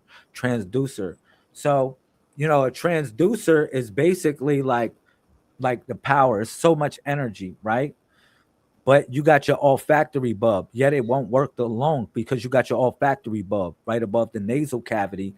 It is its secret partner. So when people give reference to the pineal gland in their meditations or so forth, a lot of times they don't give reference to the olfactory bulb. But what I'm gonna share with you is to create the dual modulating circuit or the dual modulating system, which is the olfactory bulb and the pineal gland operating in the same sequence. All right. Olfactory bulb is like when you smell something, right? Or you around incense and stuff like that, and you start to smell something. This is what the ancients smelled. You start being around certain smells. This is what the ancients smells. It's going to activate something within you to remember certain things or to remember them. All right. Fact. For instance, you might be in certain places and you smell something, and you be like, man, I remember such and such when I was in. I remember mom's cooking. I remember when that smelled like such and such. Man, you go to New York, you smell New York. For real. The moment I step in New York, I know what New York smell like. Facts. You know what I'm saying? So it takes me back to the times. Takes me back to those times. It's a time machine. Yes, yes, yes. So Time that's machine. why. And that's why, not to cut you Yes, sir. while I'm about to cut you. I'm not fuck that shit. I'm adding on to what you're saying. It's not cutting. It's like an appendix of what you have shared with us.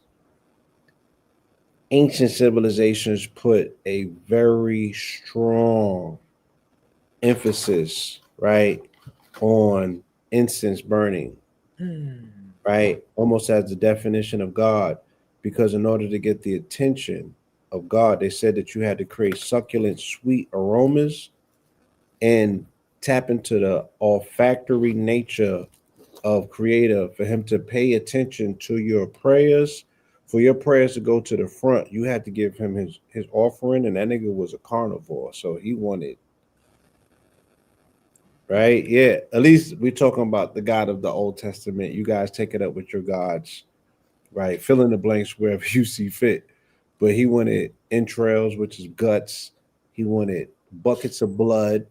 He wanted the unblemished young offerings in terms of the meats, but he also wanted burnt offerings because he liked smelling burnt shit, and that's what got his olfactory nerves off. When you sit with the indigenous Indians or the Native Americans of the plains and you do peyote or you do any ceremony with them, any tobacco based ceremonies, you burn it in the corn husk, and they put Seneca, they put certain herbs in it because the succulent smell takes your prayers to the olfactory nature of Creator, and He'll answer your prayers first if you have the sweetest smelling prayer. That's these are deep ancestral spiritual hacks for those that know. You know what I'm saying? For those that know. They said you could find God in the gases. God can be found in a fart and a laugh. Those are the only two things that man can't control. I'm sorry.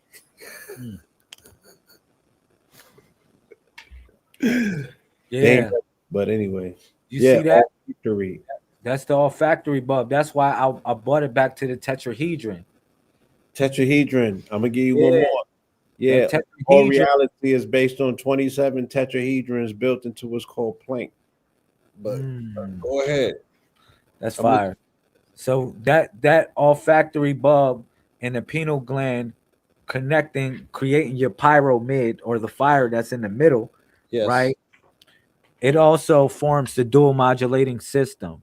All right. The pineal gland sees everything, and the olfactory bulb detects the scent or feels everything. This is when you're in your meditation, in your manifestation. You know what I'm saying? Because you got to see yourself in your foreseeable future. You know what I mean? Like, what are we going to do when we go to bed right now? Like, after this whole thing, we just going to go to sleep? And no, I'm not going to sleep. I'm going in manifestation mode because I know I'm programming a foreseeable reality within my dream state. Like a lot of people go through things that they fear all the time. They go through simulations what they fear. All right. Because if they would go through it on the planet, they'll probably get knocked off. So they run simulations in their dream to go through it so they can get through it. You know what I'm saying? Yes. So it's the same thing for your greatness if you program in your greatness in that state. You know what I mean? So the pineal gland is your soul's transducer because it's so much energy coming from that cosmos. You need a transducer. You need something to dumb it down. I remember like I felt like that way about the truth when I was running down on people, and I was running down on the Christians, and I was running down on the Muslims, and I was running down on these people that I thought that was living a lie. All right, for real. Because I had so much energy, I was just ready to burn them up. But once I got older and I learned of certain things, you know, I just let them people be in a certain type of way. Unless they approach me or something, then I'm going to slay them. You know what I mean? But certain people, I just let them be if they stuck in their ways like that. You know what I'm saying? So my wisdom became a transducer of the information that I wanted to share with the community. Yes, sir. Yes, sir. So moving I moving love the on. process. Yeah. What I want to Go say. back to that picture with the cube. Oh man, this one is heavy, Yeah, break right? that down, please. This one right here is when I was breaking down. I was talking about how to break out of the cube, the volume of the cube. You move to and fro, right? To and fro represents two dimensions. Like that's the two-dimensional reality that we stuck in. But once you go to the height of it represents what you're able to endure. Because we travel to and fro trying to learn everything, but we're not willing to endure those factors. The system or what discipline that it offers. All right. So together, when you go from height and width, excuse me, width, length and width, length and width times height equals volume. This is what it's the equation. This is a mathematical equation. That's why I would say it's not philosophy. It's a mathematical equation, because that to and fro, and if you add the height to it, which is what you're willing to endure. Bro, let me right. I gotta get this shit situated. Yes, sir. Plato,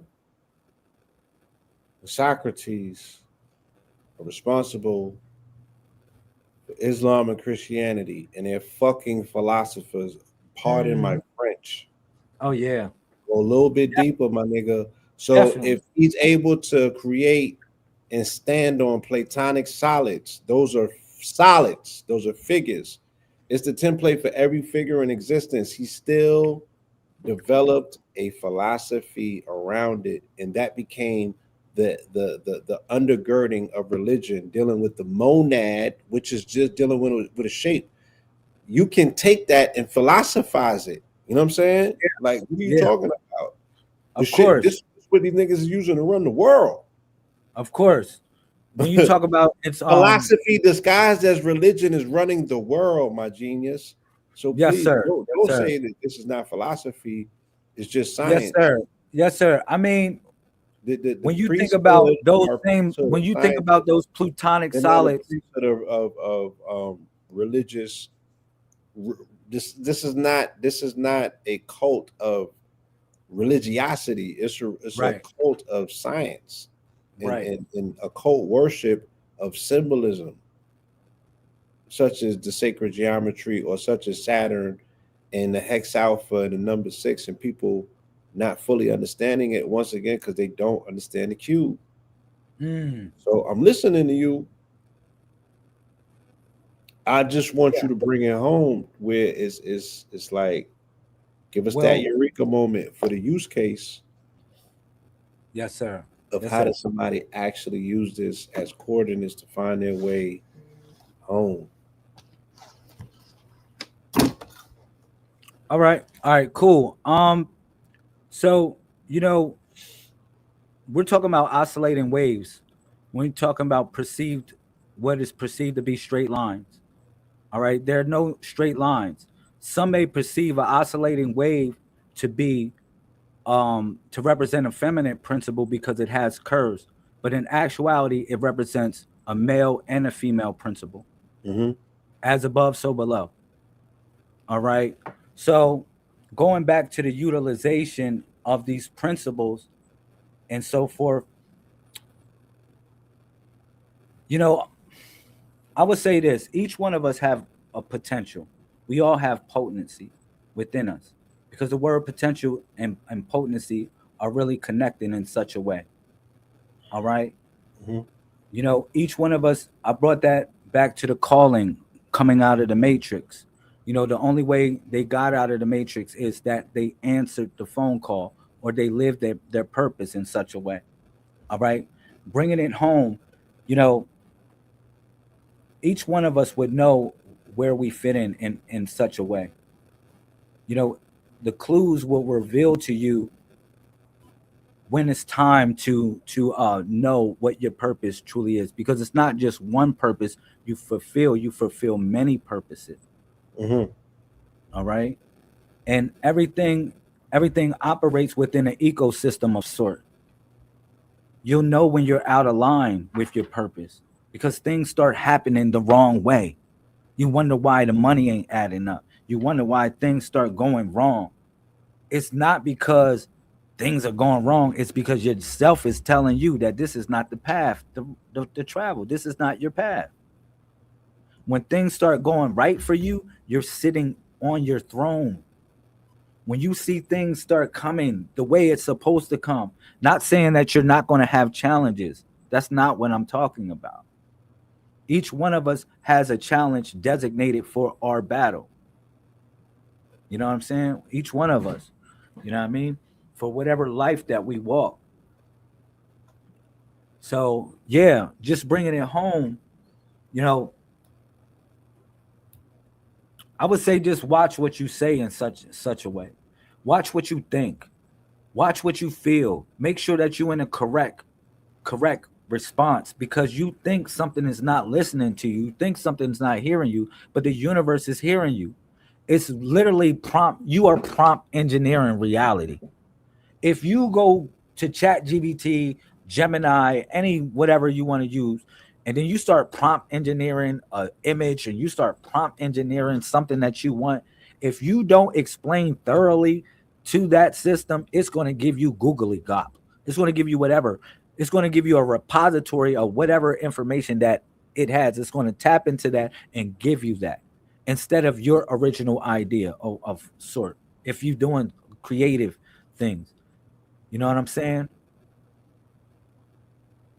But that's how reality is. It's prompt engineered in such a way.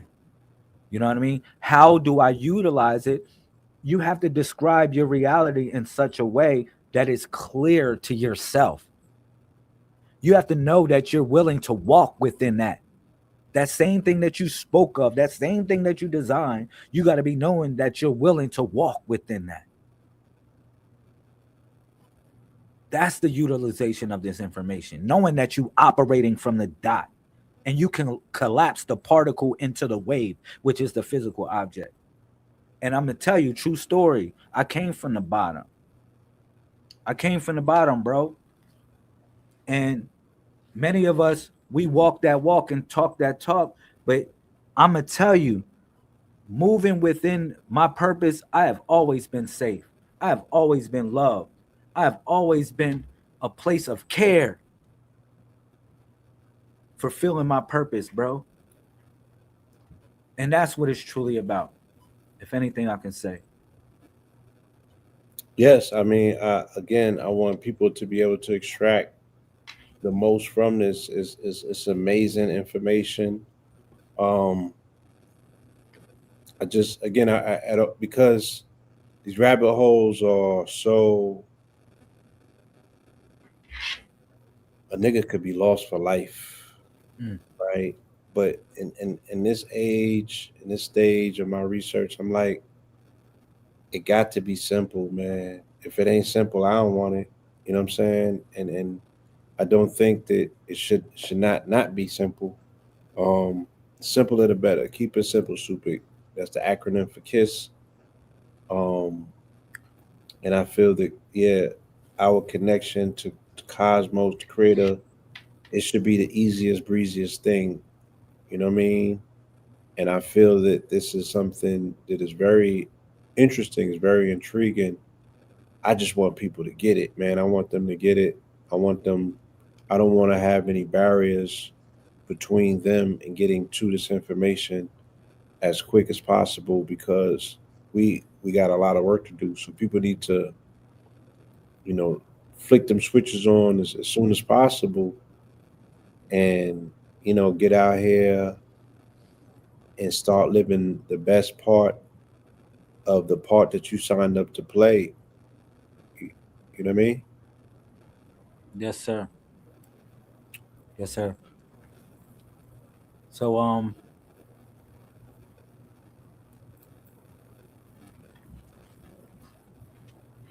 with these equations that I share with the community, right?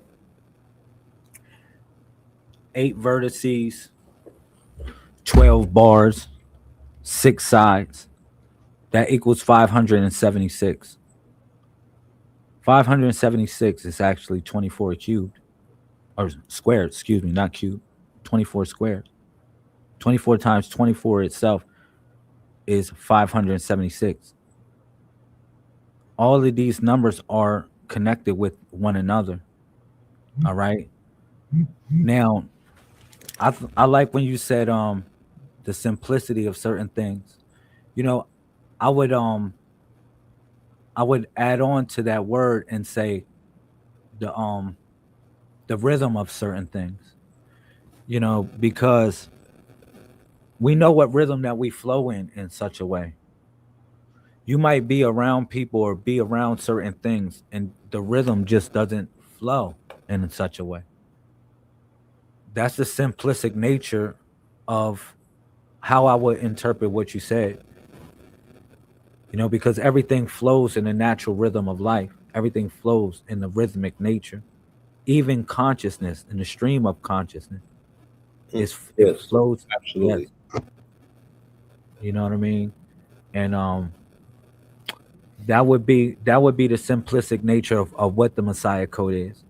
You know, when I first started off the conversation, a Messiah is a leader or a savior of a particular group or cause. You know, it's a leader needed in a particular area or in your version of reality. It's someone that needs to step up to the plate to represent. You know, it's a lot of agents out here or people that are, they're just clickbait, bro, or they're the same replica of what is given, and they're not thinking abstractly. That's why, if someone would look this up, if you would look up 361 degrees, you'll probably find yourself. You'll probably, if you start looking up the Messiah code and you start looking up things of that nature, you'll find yourself.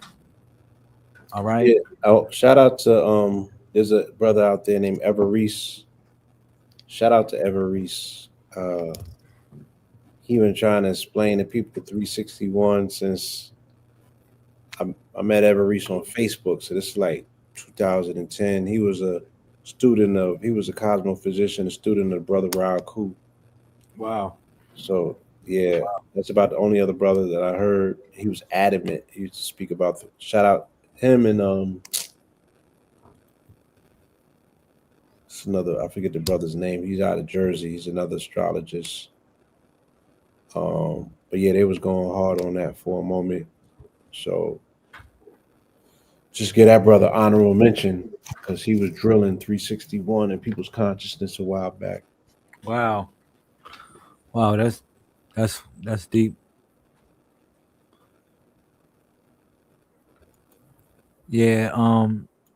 361 degrees. Me and a brother we was having a discussion one day on the phone. We were just having a build, and man, we just thinking about, you know, just thinking about a couple things, bro.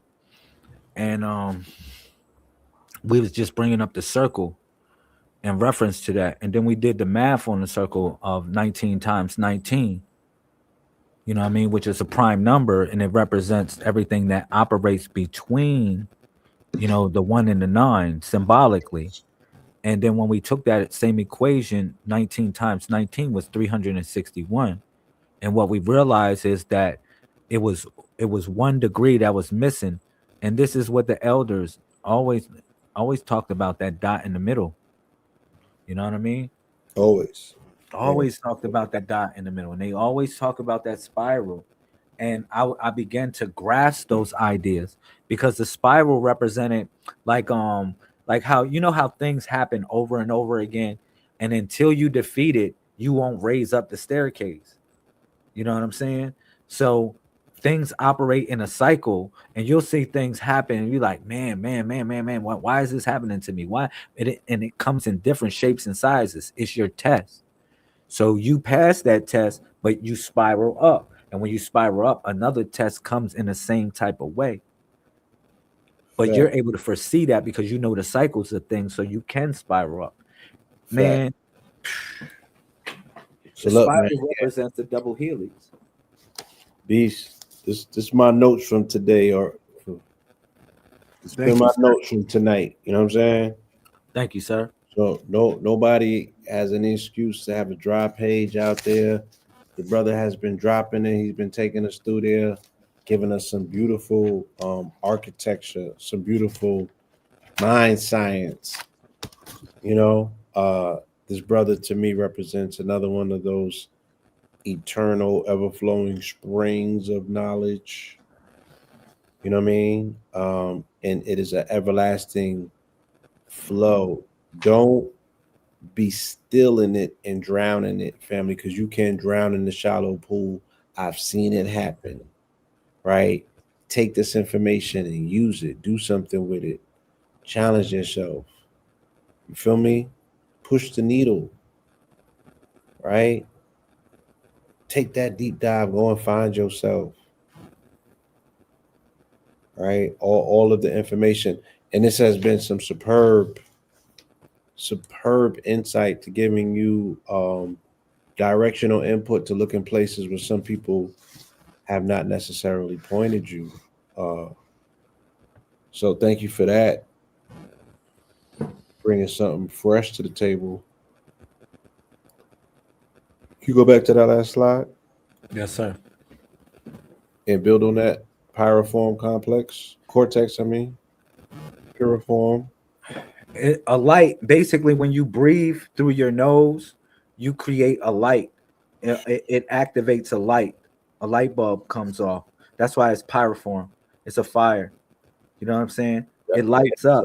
how do they breathe through their nose? Is there methodology? Is a technique that you have Yes, sir. teach? Yes, sir.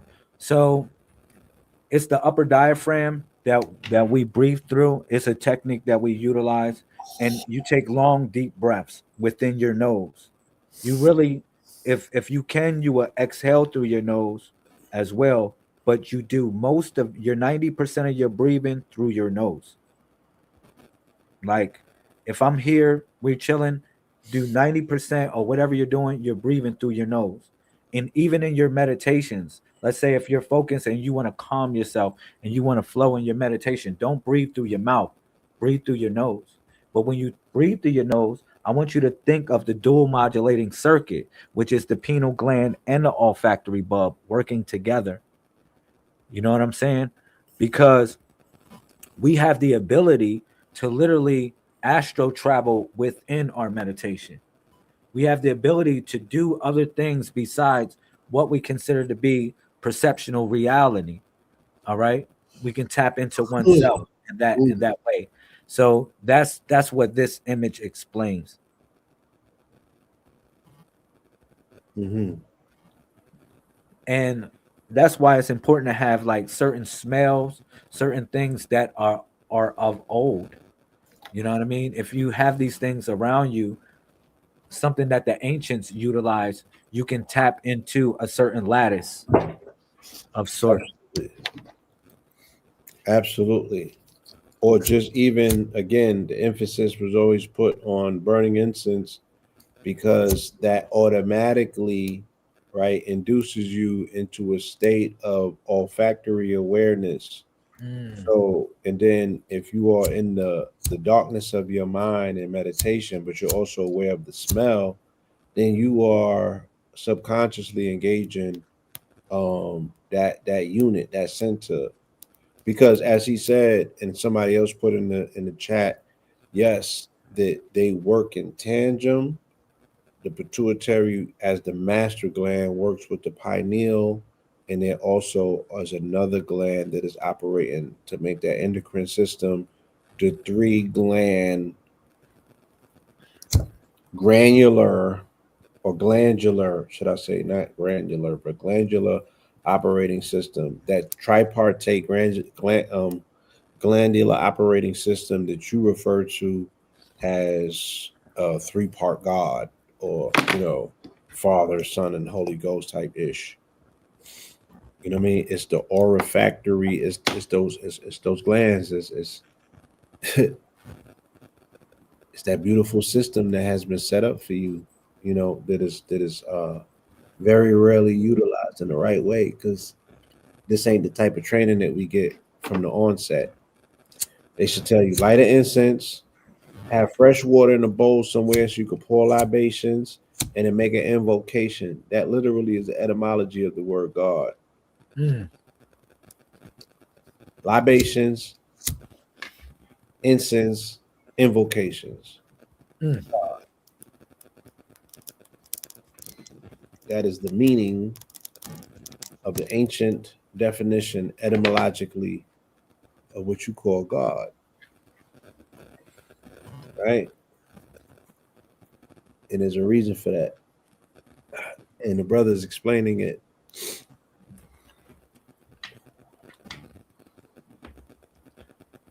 Yeah. When I was explaining the 4-part symmetry of the mind as well, again, I was explaining the fact that you got the observer, which is shell, the observer, which is symbolic of the turtle, which represents the great ancestor. These are totems of sort to connect up with the higher consciousness. Okay. Then you have the owl. The owl is male, MEL, which is the generator of thoughts. Some thoughts are not your own, it's just the generator of thoughts. You're able to receive those thoughts, though. Some thoughts you may be thinking, you're like, man, why am I thinking this stuff? Those aren't your thoughts. You're just able to receive these things, all right, from a quantum verse of sort. Okay. Then you have Cal, which represent to decide on them thoughts. It's because Cal is the generator of will, and Cal is connected with the feline. All right. And then you have Sail, which represents to record or reflect on them same thoughts or to remember those thoughts. That's the 4-part symmetry of the mind, which represents the tetrahedron that I've showed.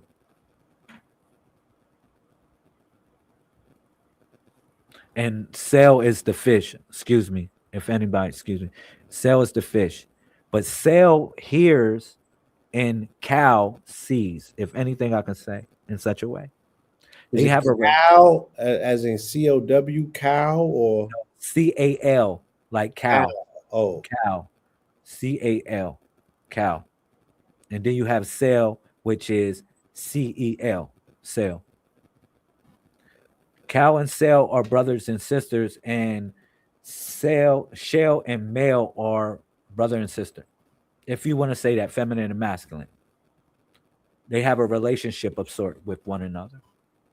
You know what I mean? The feline would be this to see in a spiritual world, and then the fish will represent the here in the spiritual world.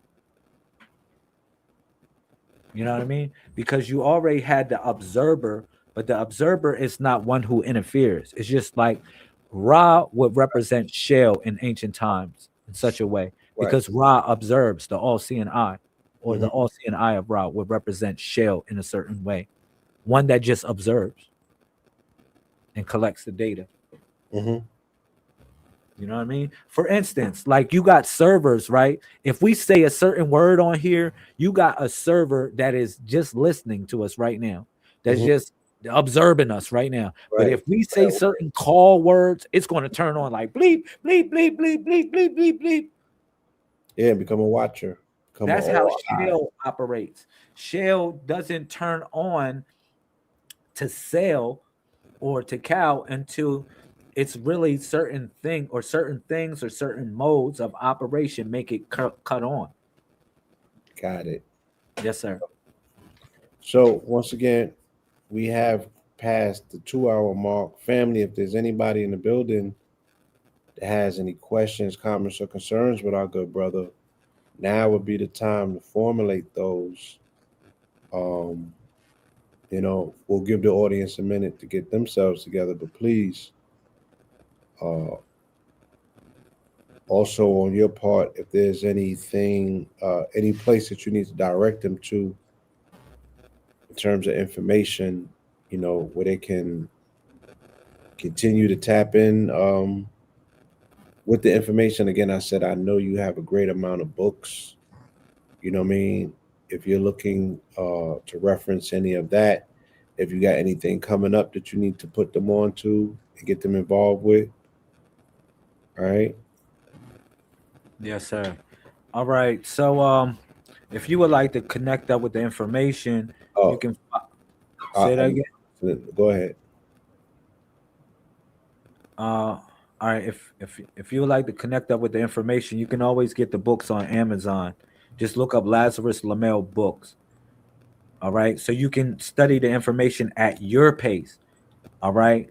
I have written 34 books that are on Amazon at this point. All right. 34. Yes, sir. 34 books.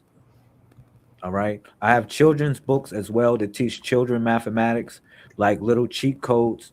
It's called Lazarus in Numberland. I have things like that. And we also have, other things that are in essence to what the Messiah Code represents. You can find that on Amazon. If you would like to check me out, you can just look up the Messiah Code and I'll pop up somewhere, or Lazarus Lamel. You can find that on YouTube. All right. So yeah, I mean, I learned, bro. I'm gonna say this. I'm always learning. If anybody would ask me anything about, you know, me as a person, I'm always learning. I'm always, you know, in like a sponge of sort to what the universe provides. Okay. And I allowed the universe to flow through me in order to receive this message. All right. And like I said, I'm not teaching anybody anything. I'm sharing this information. All right. It belongs to you. It belongs to all of us. All right. It's up to you to utilize it for what it's worth.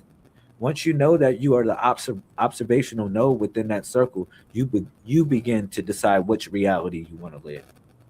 You begin to decide that. You're not going to let nobody else decide it for you. It's real simple.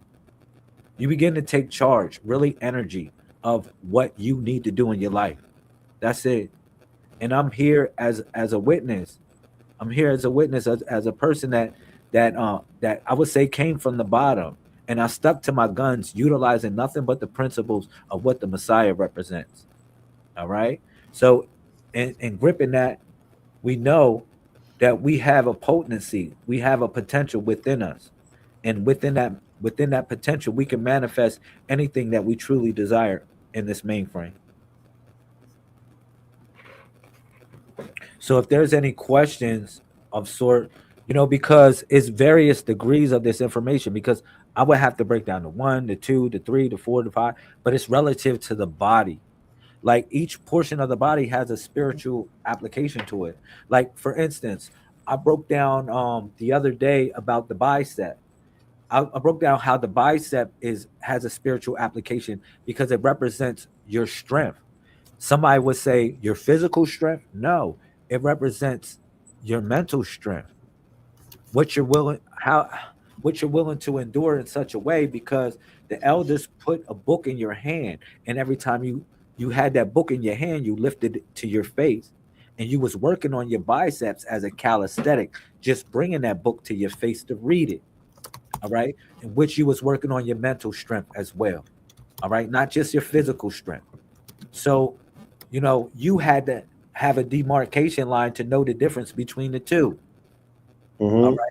And we went through certain lessons that the masters has given us throughout throughout eternity. They have given us these lessons for us to always find our way home.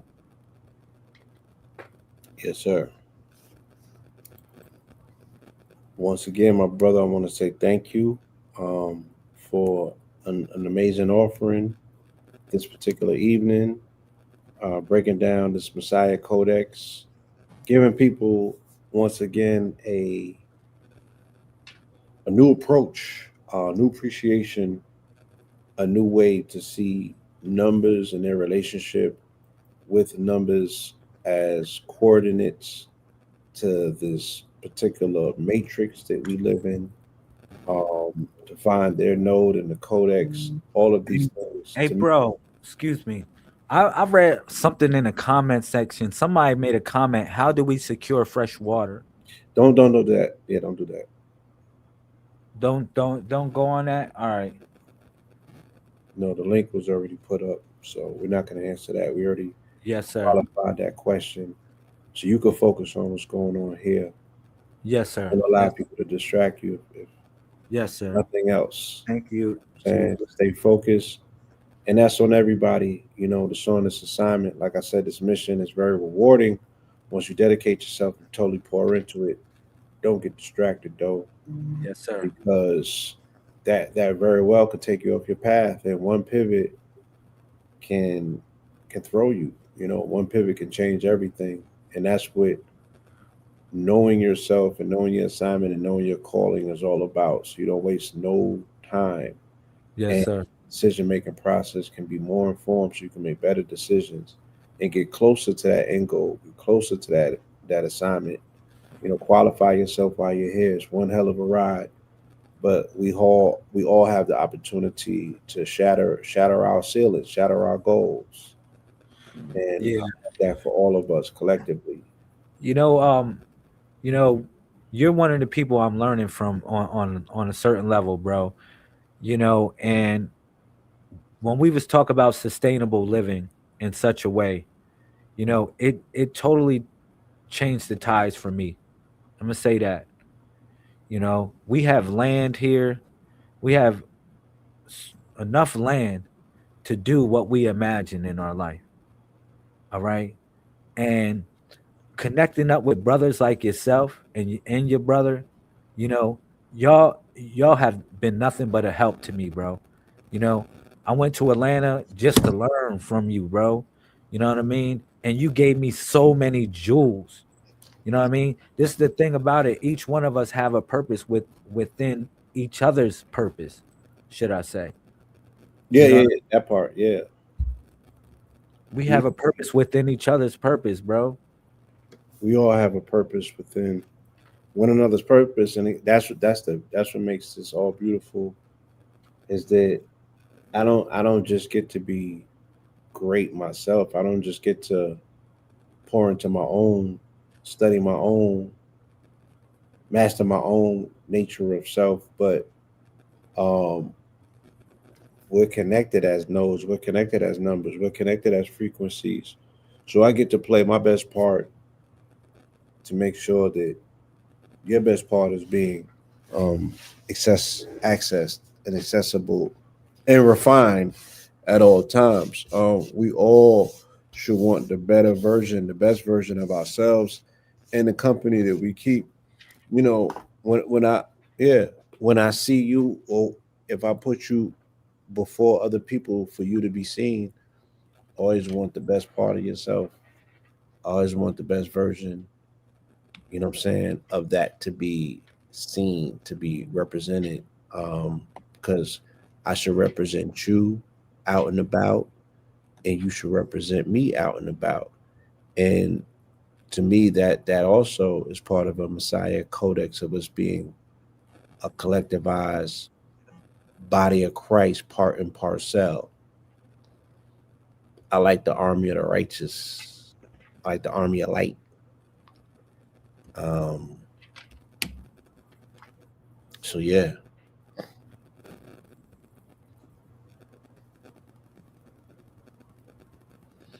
Um, I just looked up the word node in networking for people to qualify that word. In networking, a node is any active electronic device or connection point on a network that can send, receive, create, or forward data. So when we're saying that we are all nodes of the body that operates functionally in wholeness, this is what we're talking about. Any active electronic device, the body runs on electricity, or a connection point on a network that can send, receive, create, or forward data.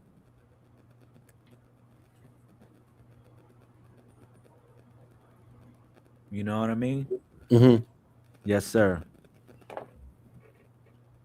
Yes. So that's exactly what we are as nodes. You know what I'm saying? That is what a node represents. Um,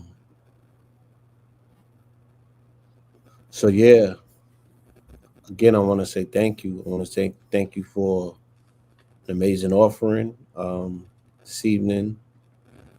You Yes, know what I sir. mean? Thank you for the opportunity, bro, to speak to your audience. Thank you for the audience for your time. I really appreciate the opportunity of it for everyone in here. Yes, one more again. Let them know where they can go and access any of this amazing information. Yes, sir. Yes, sir. So, if you want to learn more about the body of resurrection, I would go look up the book that I have. It's called The Cube. All right. Or just look up Lazarus Lamel books on Amazon. All right. And hopefully I get a chance to come back on here. I explain, you know, what this body is right here, because I was just really explaining the the body of manifestation. I didn't Right. get to explain the body of resurrection. All right. Yeah, thank you. And just look up Lazarus Lamel books on Amazon again, and you'll find those books.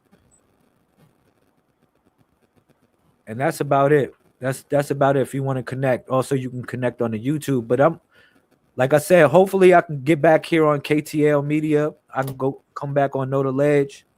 I can connect with your audience, and I can Yeah. give more information about what the Messiah Code represents.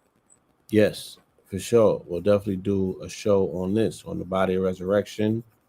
When we get into resurrection season, when we get around Easter time, we'll do a show on the body of resurrection. I invite you at any time, of course, to Sunday services. When I throw on my robe and I get into my Pope Pablo bag, I will love you to pull up and we can speak about messianic energy, messianic forces, and definitely about the cube. This is 2026, and I'm designating this as the year of the cosmic cube, because 26 is the number of God, because God is a cube. God is the only, or 26 is the only number that exists between a square and a cube. The square being 25, which is 5 times 5, and the cube being 27, which is 3 times 3. So that's why God, misnomer God again, because God comes from a German etymon from the word gut, which means gut. But this concept of God comes from the understanding of the word or the concept again of the people who, when they were calling a deity, they had to make an offering. They had to pour water to it and they burnt incense to it. That was the ancient primal nature of creative force, or the conjuring of that force the people were doing in those regions that they identify as being the cradles. So the cube is all through the book, and again, as you pointed out, it ends with the New Jerusalem is a perfect cube. It's a golden cube, right? It's a city. It's a floating cube. It's a floating city in the sky. That's what they say New Jerusalem is, a golden cube, Mm, perfect cube. Um, and you spoke earlier about, things being rectangular. It's kind of going into masonry, kind of touching on the rough ashlar, which again, the entire, once again, philosophical, esoteric, sacred, secret society is built around their understanding of the cube, or how they choose to explain it to their initiates in order mm, for them to manipulate it, right? Everything comes back to the cube. God is a number. Yahweh, Tetragrammaton, Metatron is dealing with the cube. The Law mm. 44 deals with the cube. So, yeah, I welcome the information. I welcome the approach to it. Uh, and you definitely have a invite to pull up back here. This is the year of the cube. So I want to speak quite frequently, about the cube. I just at some point really want to get to showing people in real time in an operable way how to physically get out of the cube, how to break the cube, Mm, how to escape the mm. matrix. and 3-dimensional to get into 4 and 5D.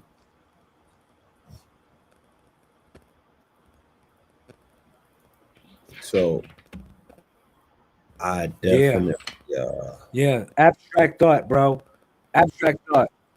You know what I mean? Abstract thought. That's the main way to, to get out of cube. You know what I mean? But with your abstract thought, it has to be, it has to make sense. It has to be yeah, mathematically sound. it still got to be Can you right bring to can you bring merger. this? Yeah, it gotta, you remember how it says in the Bible, where two or more gather, there would I be. It still has to connect with, it has to have another line of connection of sort. Can Okay. you bring that one joint? I wanted to show the people where to get the books. Yeah, if you go on Amazon, you look up Lazarus Lamel books, you'll see something, you'll see so forth. Messiah Code. And the books are, they're fair. Jesus is the God Saturn. That's a great book. The Pilgrimage Vacation, The Women Who Changed the Course of His Story. Like I was talking about Lazarus in Numberland. That's a children's book. Um, and then you got the Tuwalu Tribe Hand Manual. I do divinations as well. I'm into divination. I'll explain that. One day we can do divination day, where I'll do readings for everybody.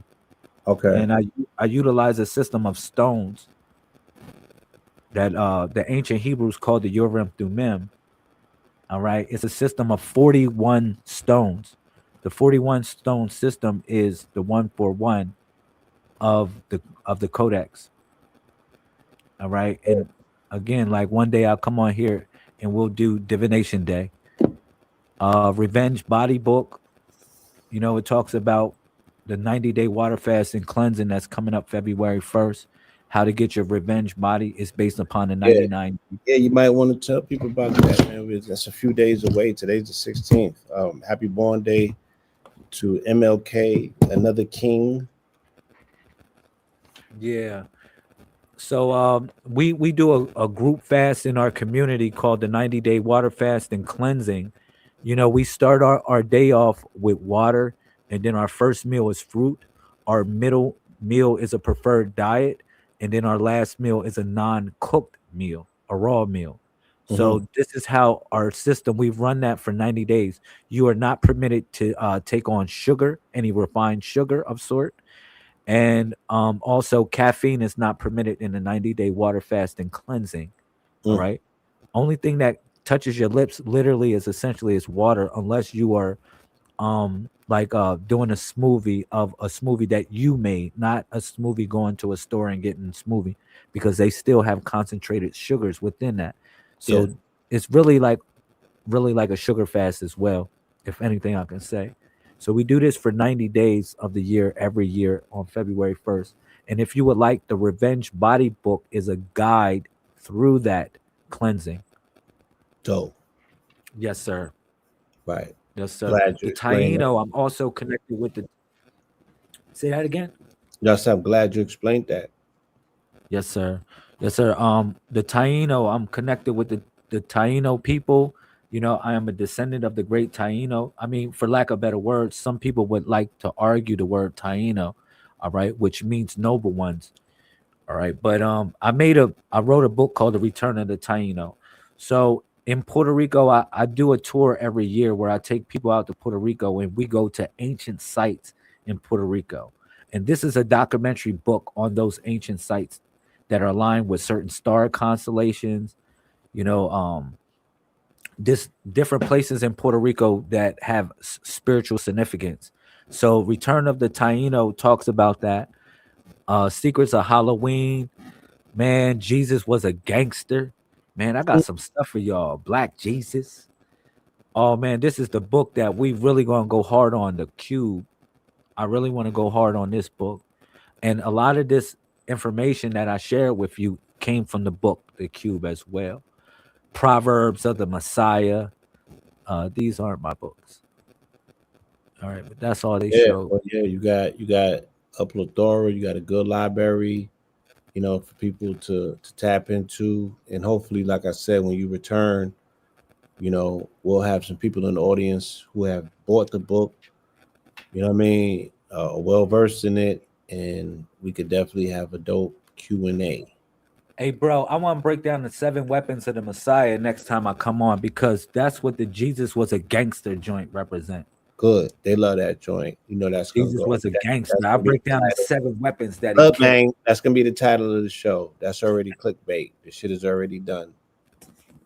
You know what I'm saying? That's Jesus already was a clickbait. gangster. Yeah, we could do a Sunday service. You can Hey, come man. on Sunday. God damn it! What's this 146 episode? Hey, bro, you my transformational Paul, man. We could go straight to Jesus was a gangster this Sunday. So you let me know. Pull out the weapon, slay him. Oh, man. Sacrilegious Sundays for real. I don't. That's right. I don't do sacrilegious Sunday. I do Nah, Sunday service. I'm joking. Yeah, I'm Mineral joking. Ministries. We drop gems over there. We don't Yeah. do merch. I do my best to get people through there. I use a lot of humor. You know, I go in, but I do have a earnest Bro, quest. I was watching you for 4 hours one day in the crib. I had you on the big screen in the crib. I say, yo, I'm whipping up breakfast. I'm cleaning up the crib. You still going though. You Yeah, still going. I'm like, yo. I said, man, yo, this is crazy. I gotta get I gotta get a studio. If I get in, I cannot tap out until it's over. So I don't know what I'm getting into when I start in terms of how long it's gonna be. But it's always been, and it's never felt forced. So it's always been one of the rides that even 3 hours the other day was 3.5, and I felt like I still have more to go. It was great. I didn't waste no time, and still could have gave them another 30 or 44 minutes if I needed to. Bro, you I was hitting really, scripture after really, yeah, scripture I after love that. scripture. Yeah, Wow. I love preaching. I love interpreting the word. I love being a vessel. I love being the dot in the center of the circle, because I allow myself to be a fulcrum, and the energy in the circle flushes through the center and flows through me because I'm in theta. I know how to put myself in flow state. So not only am I am in the center, I'm the wavy dot in the middle that is making observations, just collapsing the wave. So I'm showing them in real time how I could be in sync with time, like double dutch. Time and space is 2 lines that I'm jumping through like double dutch. I'm promising them I'm gonna get you out of here like a wormhole. They don't know how I'm gonna do it, but sure enough, we get through it every Sunday. Right. You know what I'm saying? And as I'm like, look, I'm gonna create a living testament in real time. And I do it. And I'm still humble. You know, they told me don't use that word because it got bad etymology. I don't know what to replace it with. I still am able to retain a level of sanity. When I look at these mega church priests and they out here booking the people, I'm like, I could do that, but I wouldn't do it. Hey, bro, when you start doing your well and all that other stuff, yo, I'll be cracking up. I'll be sitting here cracking up, bro. I have a calling for this, and I want to do this in front of 30 or 40,000 people.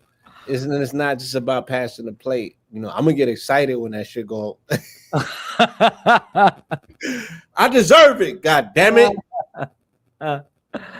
Yo, okay, for real, bro. Sitting that, I deserve that shit. It's crazy because I'm actually gonna build the building fund though. I'm actually gonna make the community garden. I'm actually gonna feed the homeless. That's right. But I need to send that shit through the money counter just because. Cause I'm like, for the billions of niggas before me that have duped y'all, for you to get a real one that's actually giving you substance to this goddamn dead letter religion and breathing life into it, yeah, send me some coins. Like, what the fuck? You know what I'm saying? Bro. Smile on your nana's face from the astral realm, my nigga. I ain't asking for too much. A little bit of change from a lot of people, you know what I'm saying? It can help me get through there. And then I get a level of enthusiasm to come back and do this thing, and I do's it. I'm a preaching ass motherfucker. And I love it. So I don't, hope nobody takes offense at me using, Morris Latin and things of that nature. Um, and I could be Saul, my nigga, but I chose to be Paul and not cut up Christians for fucking believing in fairy tales. I was just like, I'm gonna have fun with it, not out of the spirit of deception. Still use your fairy tales to lead you to the light. Still allow you to argue with me about fairy tales, and I have enough patience and resilience and grace with you that I'm gonna volunteer for that shit just to hold your hand and help you wake up from a horrible nap and be like, I'm gonna be here with the bottle when you get up. Your baba's gonna be Hey, warm. bro, I can't wait till you get your Pope Mobile. You already got the joint. Oh, You need a whole Pope Mobile, bro. it's You know what coming. I'm saying? It's coming. I don't think in this year. I think next year because Yeah, the we Pope want to make a Pablo, whole Pope it's gonna be Mobile, bro. blown. It's gonna be. They're gonna That's see some going. things this year that it's gonna be hard to deny the papacy of the Pope by next year. So my pontification on January 9th, because that's when I became ordained in 2020, January 9th. On or around the same time of the prophet's birthday when we started Know the Ledge in 2010. But I got my ordained ministership in 2020. So I turned 6 this year with it. Next year, my 7th year, we going Pope Mobile. And we're not doing the Fiat 500. It's gonna be something different. But we do, and it ain't bulletproof. We doing the Pope Mobile with the drop top because Right. you know what I'm saying? Yeah, I ain't got nobody to fear. Not even the big homie. I don't fear him. He gotta do what the fuck he gonna do, and I'm gonna roll with the punches. I already got an exit plan. My AI gonna be. I got at least, nigga. I got a 444 year content plan. You know what I'm saying? My shit is already booted up. I got content coming. So look, even the big homie, you gotta do what you gotta do. I don't fear nothing. You know what I'm saying? So let's run the fade. But I'm here to help. I'm here to work. I don't want to be the adversary. I want to help people get through this. I love this shit. I love when people really take their time like you did and they come up with a codex and they decipher and they make sense of what seemingly, if we haven't done the work, make sense of what seemingly is the senseless. Because nobody did this for us. Nobody gave us the manual. And it's sitting there, it's right in front of our face. For geniuses such as yourself to turn on the lights and be like, oh, let me take this part from here and that go together. Oh, the snaps. Oh, we got Legos. Look at this. So I'm here for it. I love it. We could be doing so many other things with our times that are detrimental on our life legacy and existence of longevity. But we're doing this, which to me is like you finding new ways to give people oxygen. You know what I'm saying? You finding new ways to give people oxygen. I don't have nothing to argue about that. I know where we came from. I know what we were doing. And this is 180 degrees from that.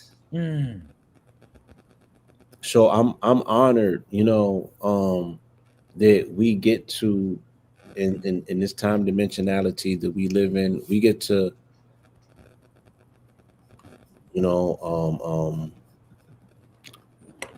curate and create our own carefully customized version of divinity, because it's so needed. You feel me? My race, my generation was forgotten when nobody proselytizing and preaching to us. It wasn't even trying. We was in a generation and they look past like, oh, y'all are lost. We don't even got no words for y'all. And then I see the politicians up today. I see the leaders. I see these old crusty, colonizers. And I'm like, and they got the audacity to stand up there and speak about Christianity, Jesus. And they won't put it down for nothing with fangs coming out of their head and horns and shit. And I'm like, they still got the audacity to be there for their children. They got the audacity to get up there and still drag the name of Christ through the mud for their intents and purposes. And I'm just like, damn, will the real messianic ones please stand up? Y'all just gonna allow this to take place like that? Y'all not even gonna put up no rivalry? And it don't gotta be direct competition. Put the clean glass of water on the counter. Yo, Jesus said, Peter, feed my people. There's nothing else to talk about. Who's feeding the people? Who's caring for the homeless? Right? Who's loving thy neighbor? Who's not? Who's caring for the weak? Who's being compassionate towards them? You know what I'm saying? Yeah, Drewski said, those are the true principles of the Messiah, bro. Get your hands off my goddamn car. And that's what preaching has come to. You know what I'm saying? That's what being a representative or a vicegerent of the Most High is transactional. It should not be transactional. But who am I to say anything? I can only, like I said, show up in my own proper persona. I can only be responsible for my ministries, and I can only be a good shepherd to the sheep by doing as the Christos commanded, and he said, feed my people. And that's my ministries. You know what I'm saying? We just gonna feed them the best minerals, the greenest, most supreme of greens. You feel me? And this immortal tea. I'm sipping on that gynostemma. Hold on, let me get Yo, that tea is the bomb, bro. I'm telling you. Man, I can't tell. I can't wait to go upstairs and re-up. This thing is so bomb. I've been sipping on this since I got up until now, and I'm still guaranteed a cup or two before I go to sleep. And I'm gonna wake up and I'm gonna drink it, and I'm gonna drink it all through. I'm gonna go to the gym and I'm gonna beast out on it. Hey, bro, you turn into real superhumans, real superpowers and stuff, drinking and eating all this. Super Sapiens. I got a plant today called it's another super purple plant that helps with night vision. And I'm learning so much. Night vision. You mean we get the nocturnal membrane? Open up the nocturnal membrane. Yeah, vibranium, Black Panther shit in real life. You know, not caught up in no movie. And nothing wrong with that, because anything that deduces anything. All right. So movies do for us, they help us prompt generate imagination. Movies do for us what we doing with AI, thinking that we slick. Because when you generate the visuals, like I go to the movies and I see myself in it. So right, already in my mind, regardless of what I'm seeing on the scene, I'm involved. You know what I'm saying? Right. It's like, yeah. So, and you register that thought process in your memory. You create a space. You create a crystal for that. You create a memory, which is an imprint, right, on the Memorex of the universe. Almost like when we had the Memorex tape, we had the TDX tapes, the TDK tapes, and we was taping hip hop back in the day, and you had the pause tapes and everything, and you had to clip and put the tape and all of that. And when you impressed upon that tape something, that's how you impressed it upon the universe something. It don't go nowhere. It's lodged in the blockchain, my nigga. You know what I'm saying? And you can access it at any time. And like you said, the olfactory, sensory, because they say that all our five senses is all connected to smell. It should wake you up. You know what I mean? The nose and God was also synonymous, just like the stomach was. So, yeah, bro, keep digging, keep writing books, keep breaking codes. Keep pushing boundaries, keep turning on the lights, and we're continuously going to be here to continue to support you, man. Yes, sir. Thank you, brother. Feel me? Thank you, bro. Yeah, man, I'm a product of your hard work in the streets. Just remember that. I love you that, know what I'm saying? You know, I was looking into you brothers as for inspiration. on many days, many occasions. You know what I mean? And I didn't seen what hard work, you know, what it manifests to. You Appreciate know what I that, mean? Yes, sir. sir. All right. And the God do music as well, man. So normally this would be a more Friday. So let them know where they can find them vibes at. Yeah. So you can just again just look up Lazarus Lamel, and you'll just see some music pop up as well. You know what I mean? I have a plethora of music. I actually used to be an underground hip hop artist, and when I decided to more or less give myself to the universe, I really put that on the back burner, and just didn't make that my main element. I more or less just devoted myself to a greater purpose. Again, feeding my people. You know, that's what it's really truly about. Yeah. So yeah, I would be, I'm gonna be quite honored because the brother he playing, I don't know why he talking about if he get back on. We locked in and we're gonna be rocking. Yeah. Thank you. And the brother is out in North Carolina, and maybe in a month or two we'll have a collaborative ministry outing day, family day, feast day, harvest day. Where the family will be able to pull up to the land and come and get some food in real time, and we'll be able to kick it, bring the kids out, let them play. But we really want you to eat. We really want you to participate in our harvest. Us, children of the Most High, toiling the land, as was our promise after the original sin, right? But you toil it and you do it with a smile on your face. You don't do it with a complaint. If this is our lot, if this is our assignment, if this is our duty, if this is the price that we have to pay, right? For our room and board here in this prison planet. You feel me? And especially if this is the thing that's necessary to do to get fresh food, to get good food, to get the highest nutritional quotient out of our food, then we are taking matters into our own hand, doing for self, and getting back into God's garden. So with that, I look forward to it. Appreciate y'all. Appreciate you. Take it to the family. Peace, love, and light. If there's anything you need to leave them with, now would be the time. I want to say thank you, brother Blue Pill, brother Red Pill. Thank you, Mama Pill. Thank you, everyone, man. Thank you for the opportunity for me sharing this information. You know, let's do it, man. Let's just have some fun. I can't wait till you come down to the land. As the brother was explaining, we're working on sustainable living. We're working on homesteads, you know, and we have land here in North Carolina. And pretty soon you're going to be seeing different organic foods that we're going to be producing from our farm here. Now, the brother Blue Pill has been giving me certain information on growing certain sustainable food, not only for the community, but really for my family as well.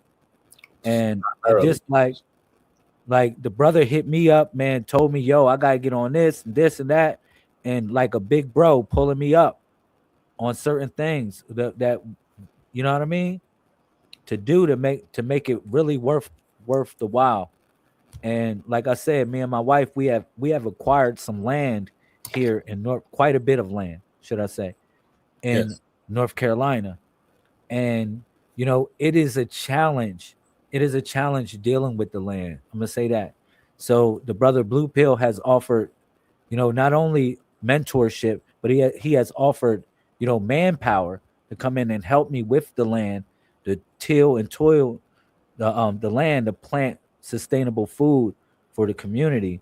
And you're gonna see that, Yes. that's what we're working on in the background of all these things. Yes, we are. So, for my NC family, my North Carolina family, or my Southern Tip South Carolina family. So that's the family in SC that's near NC.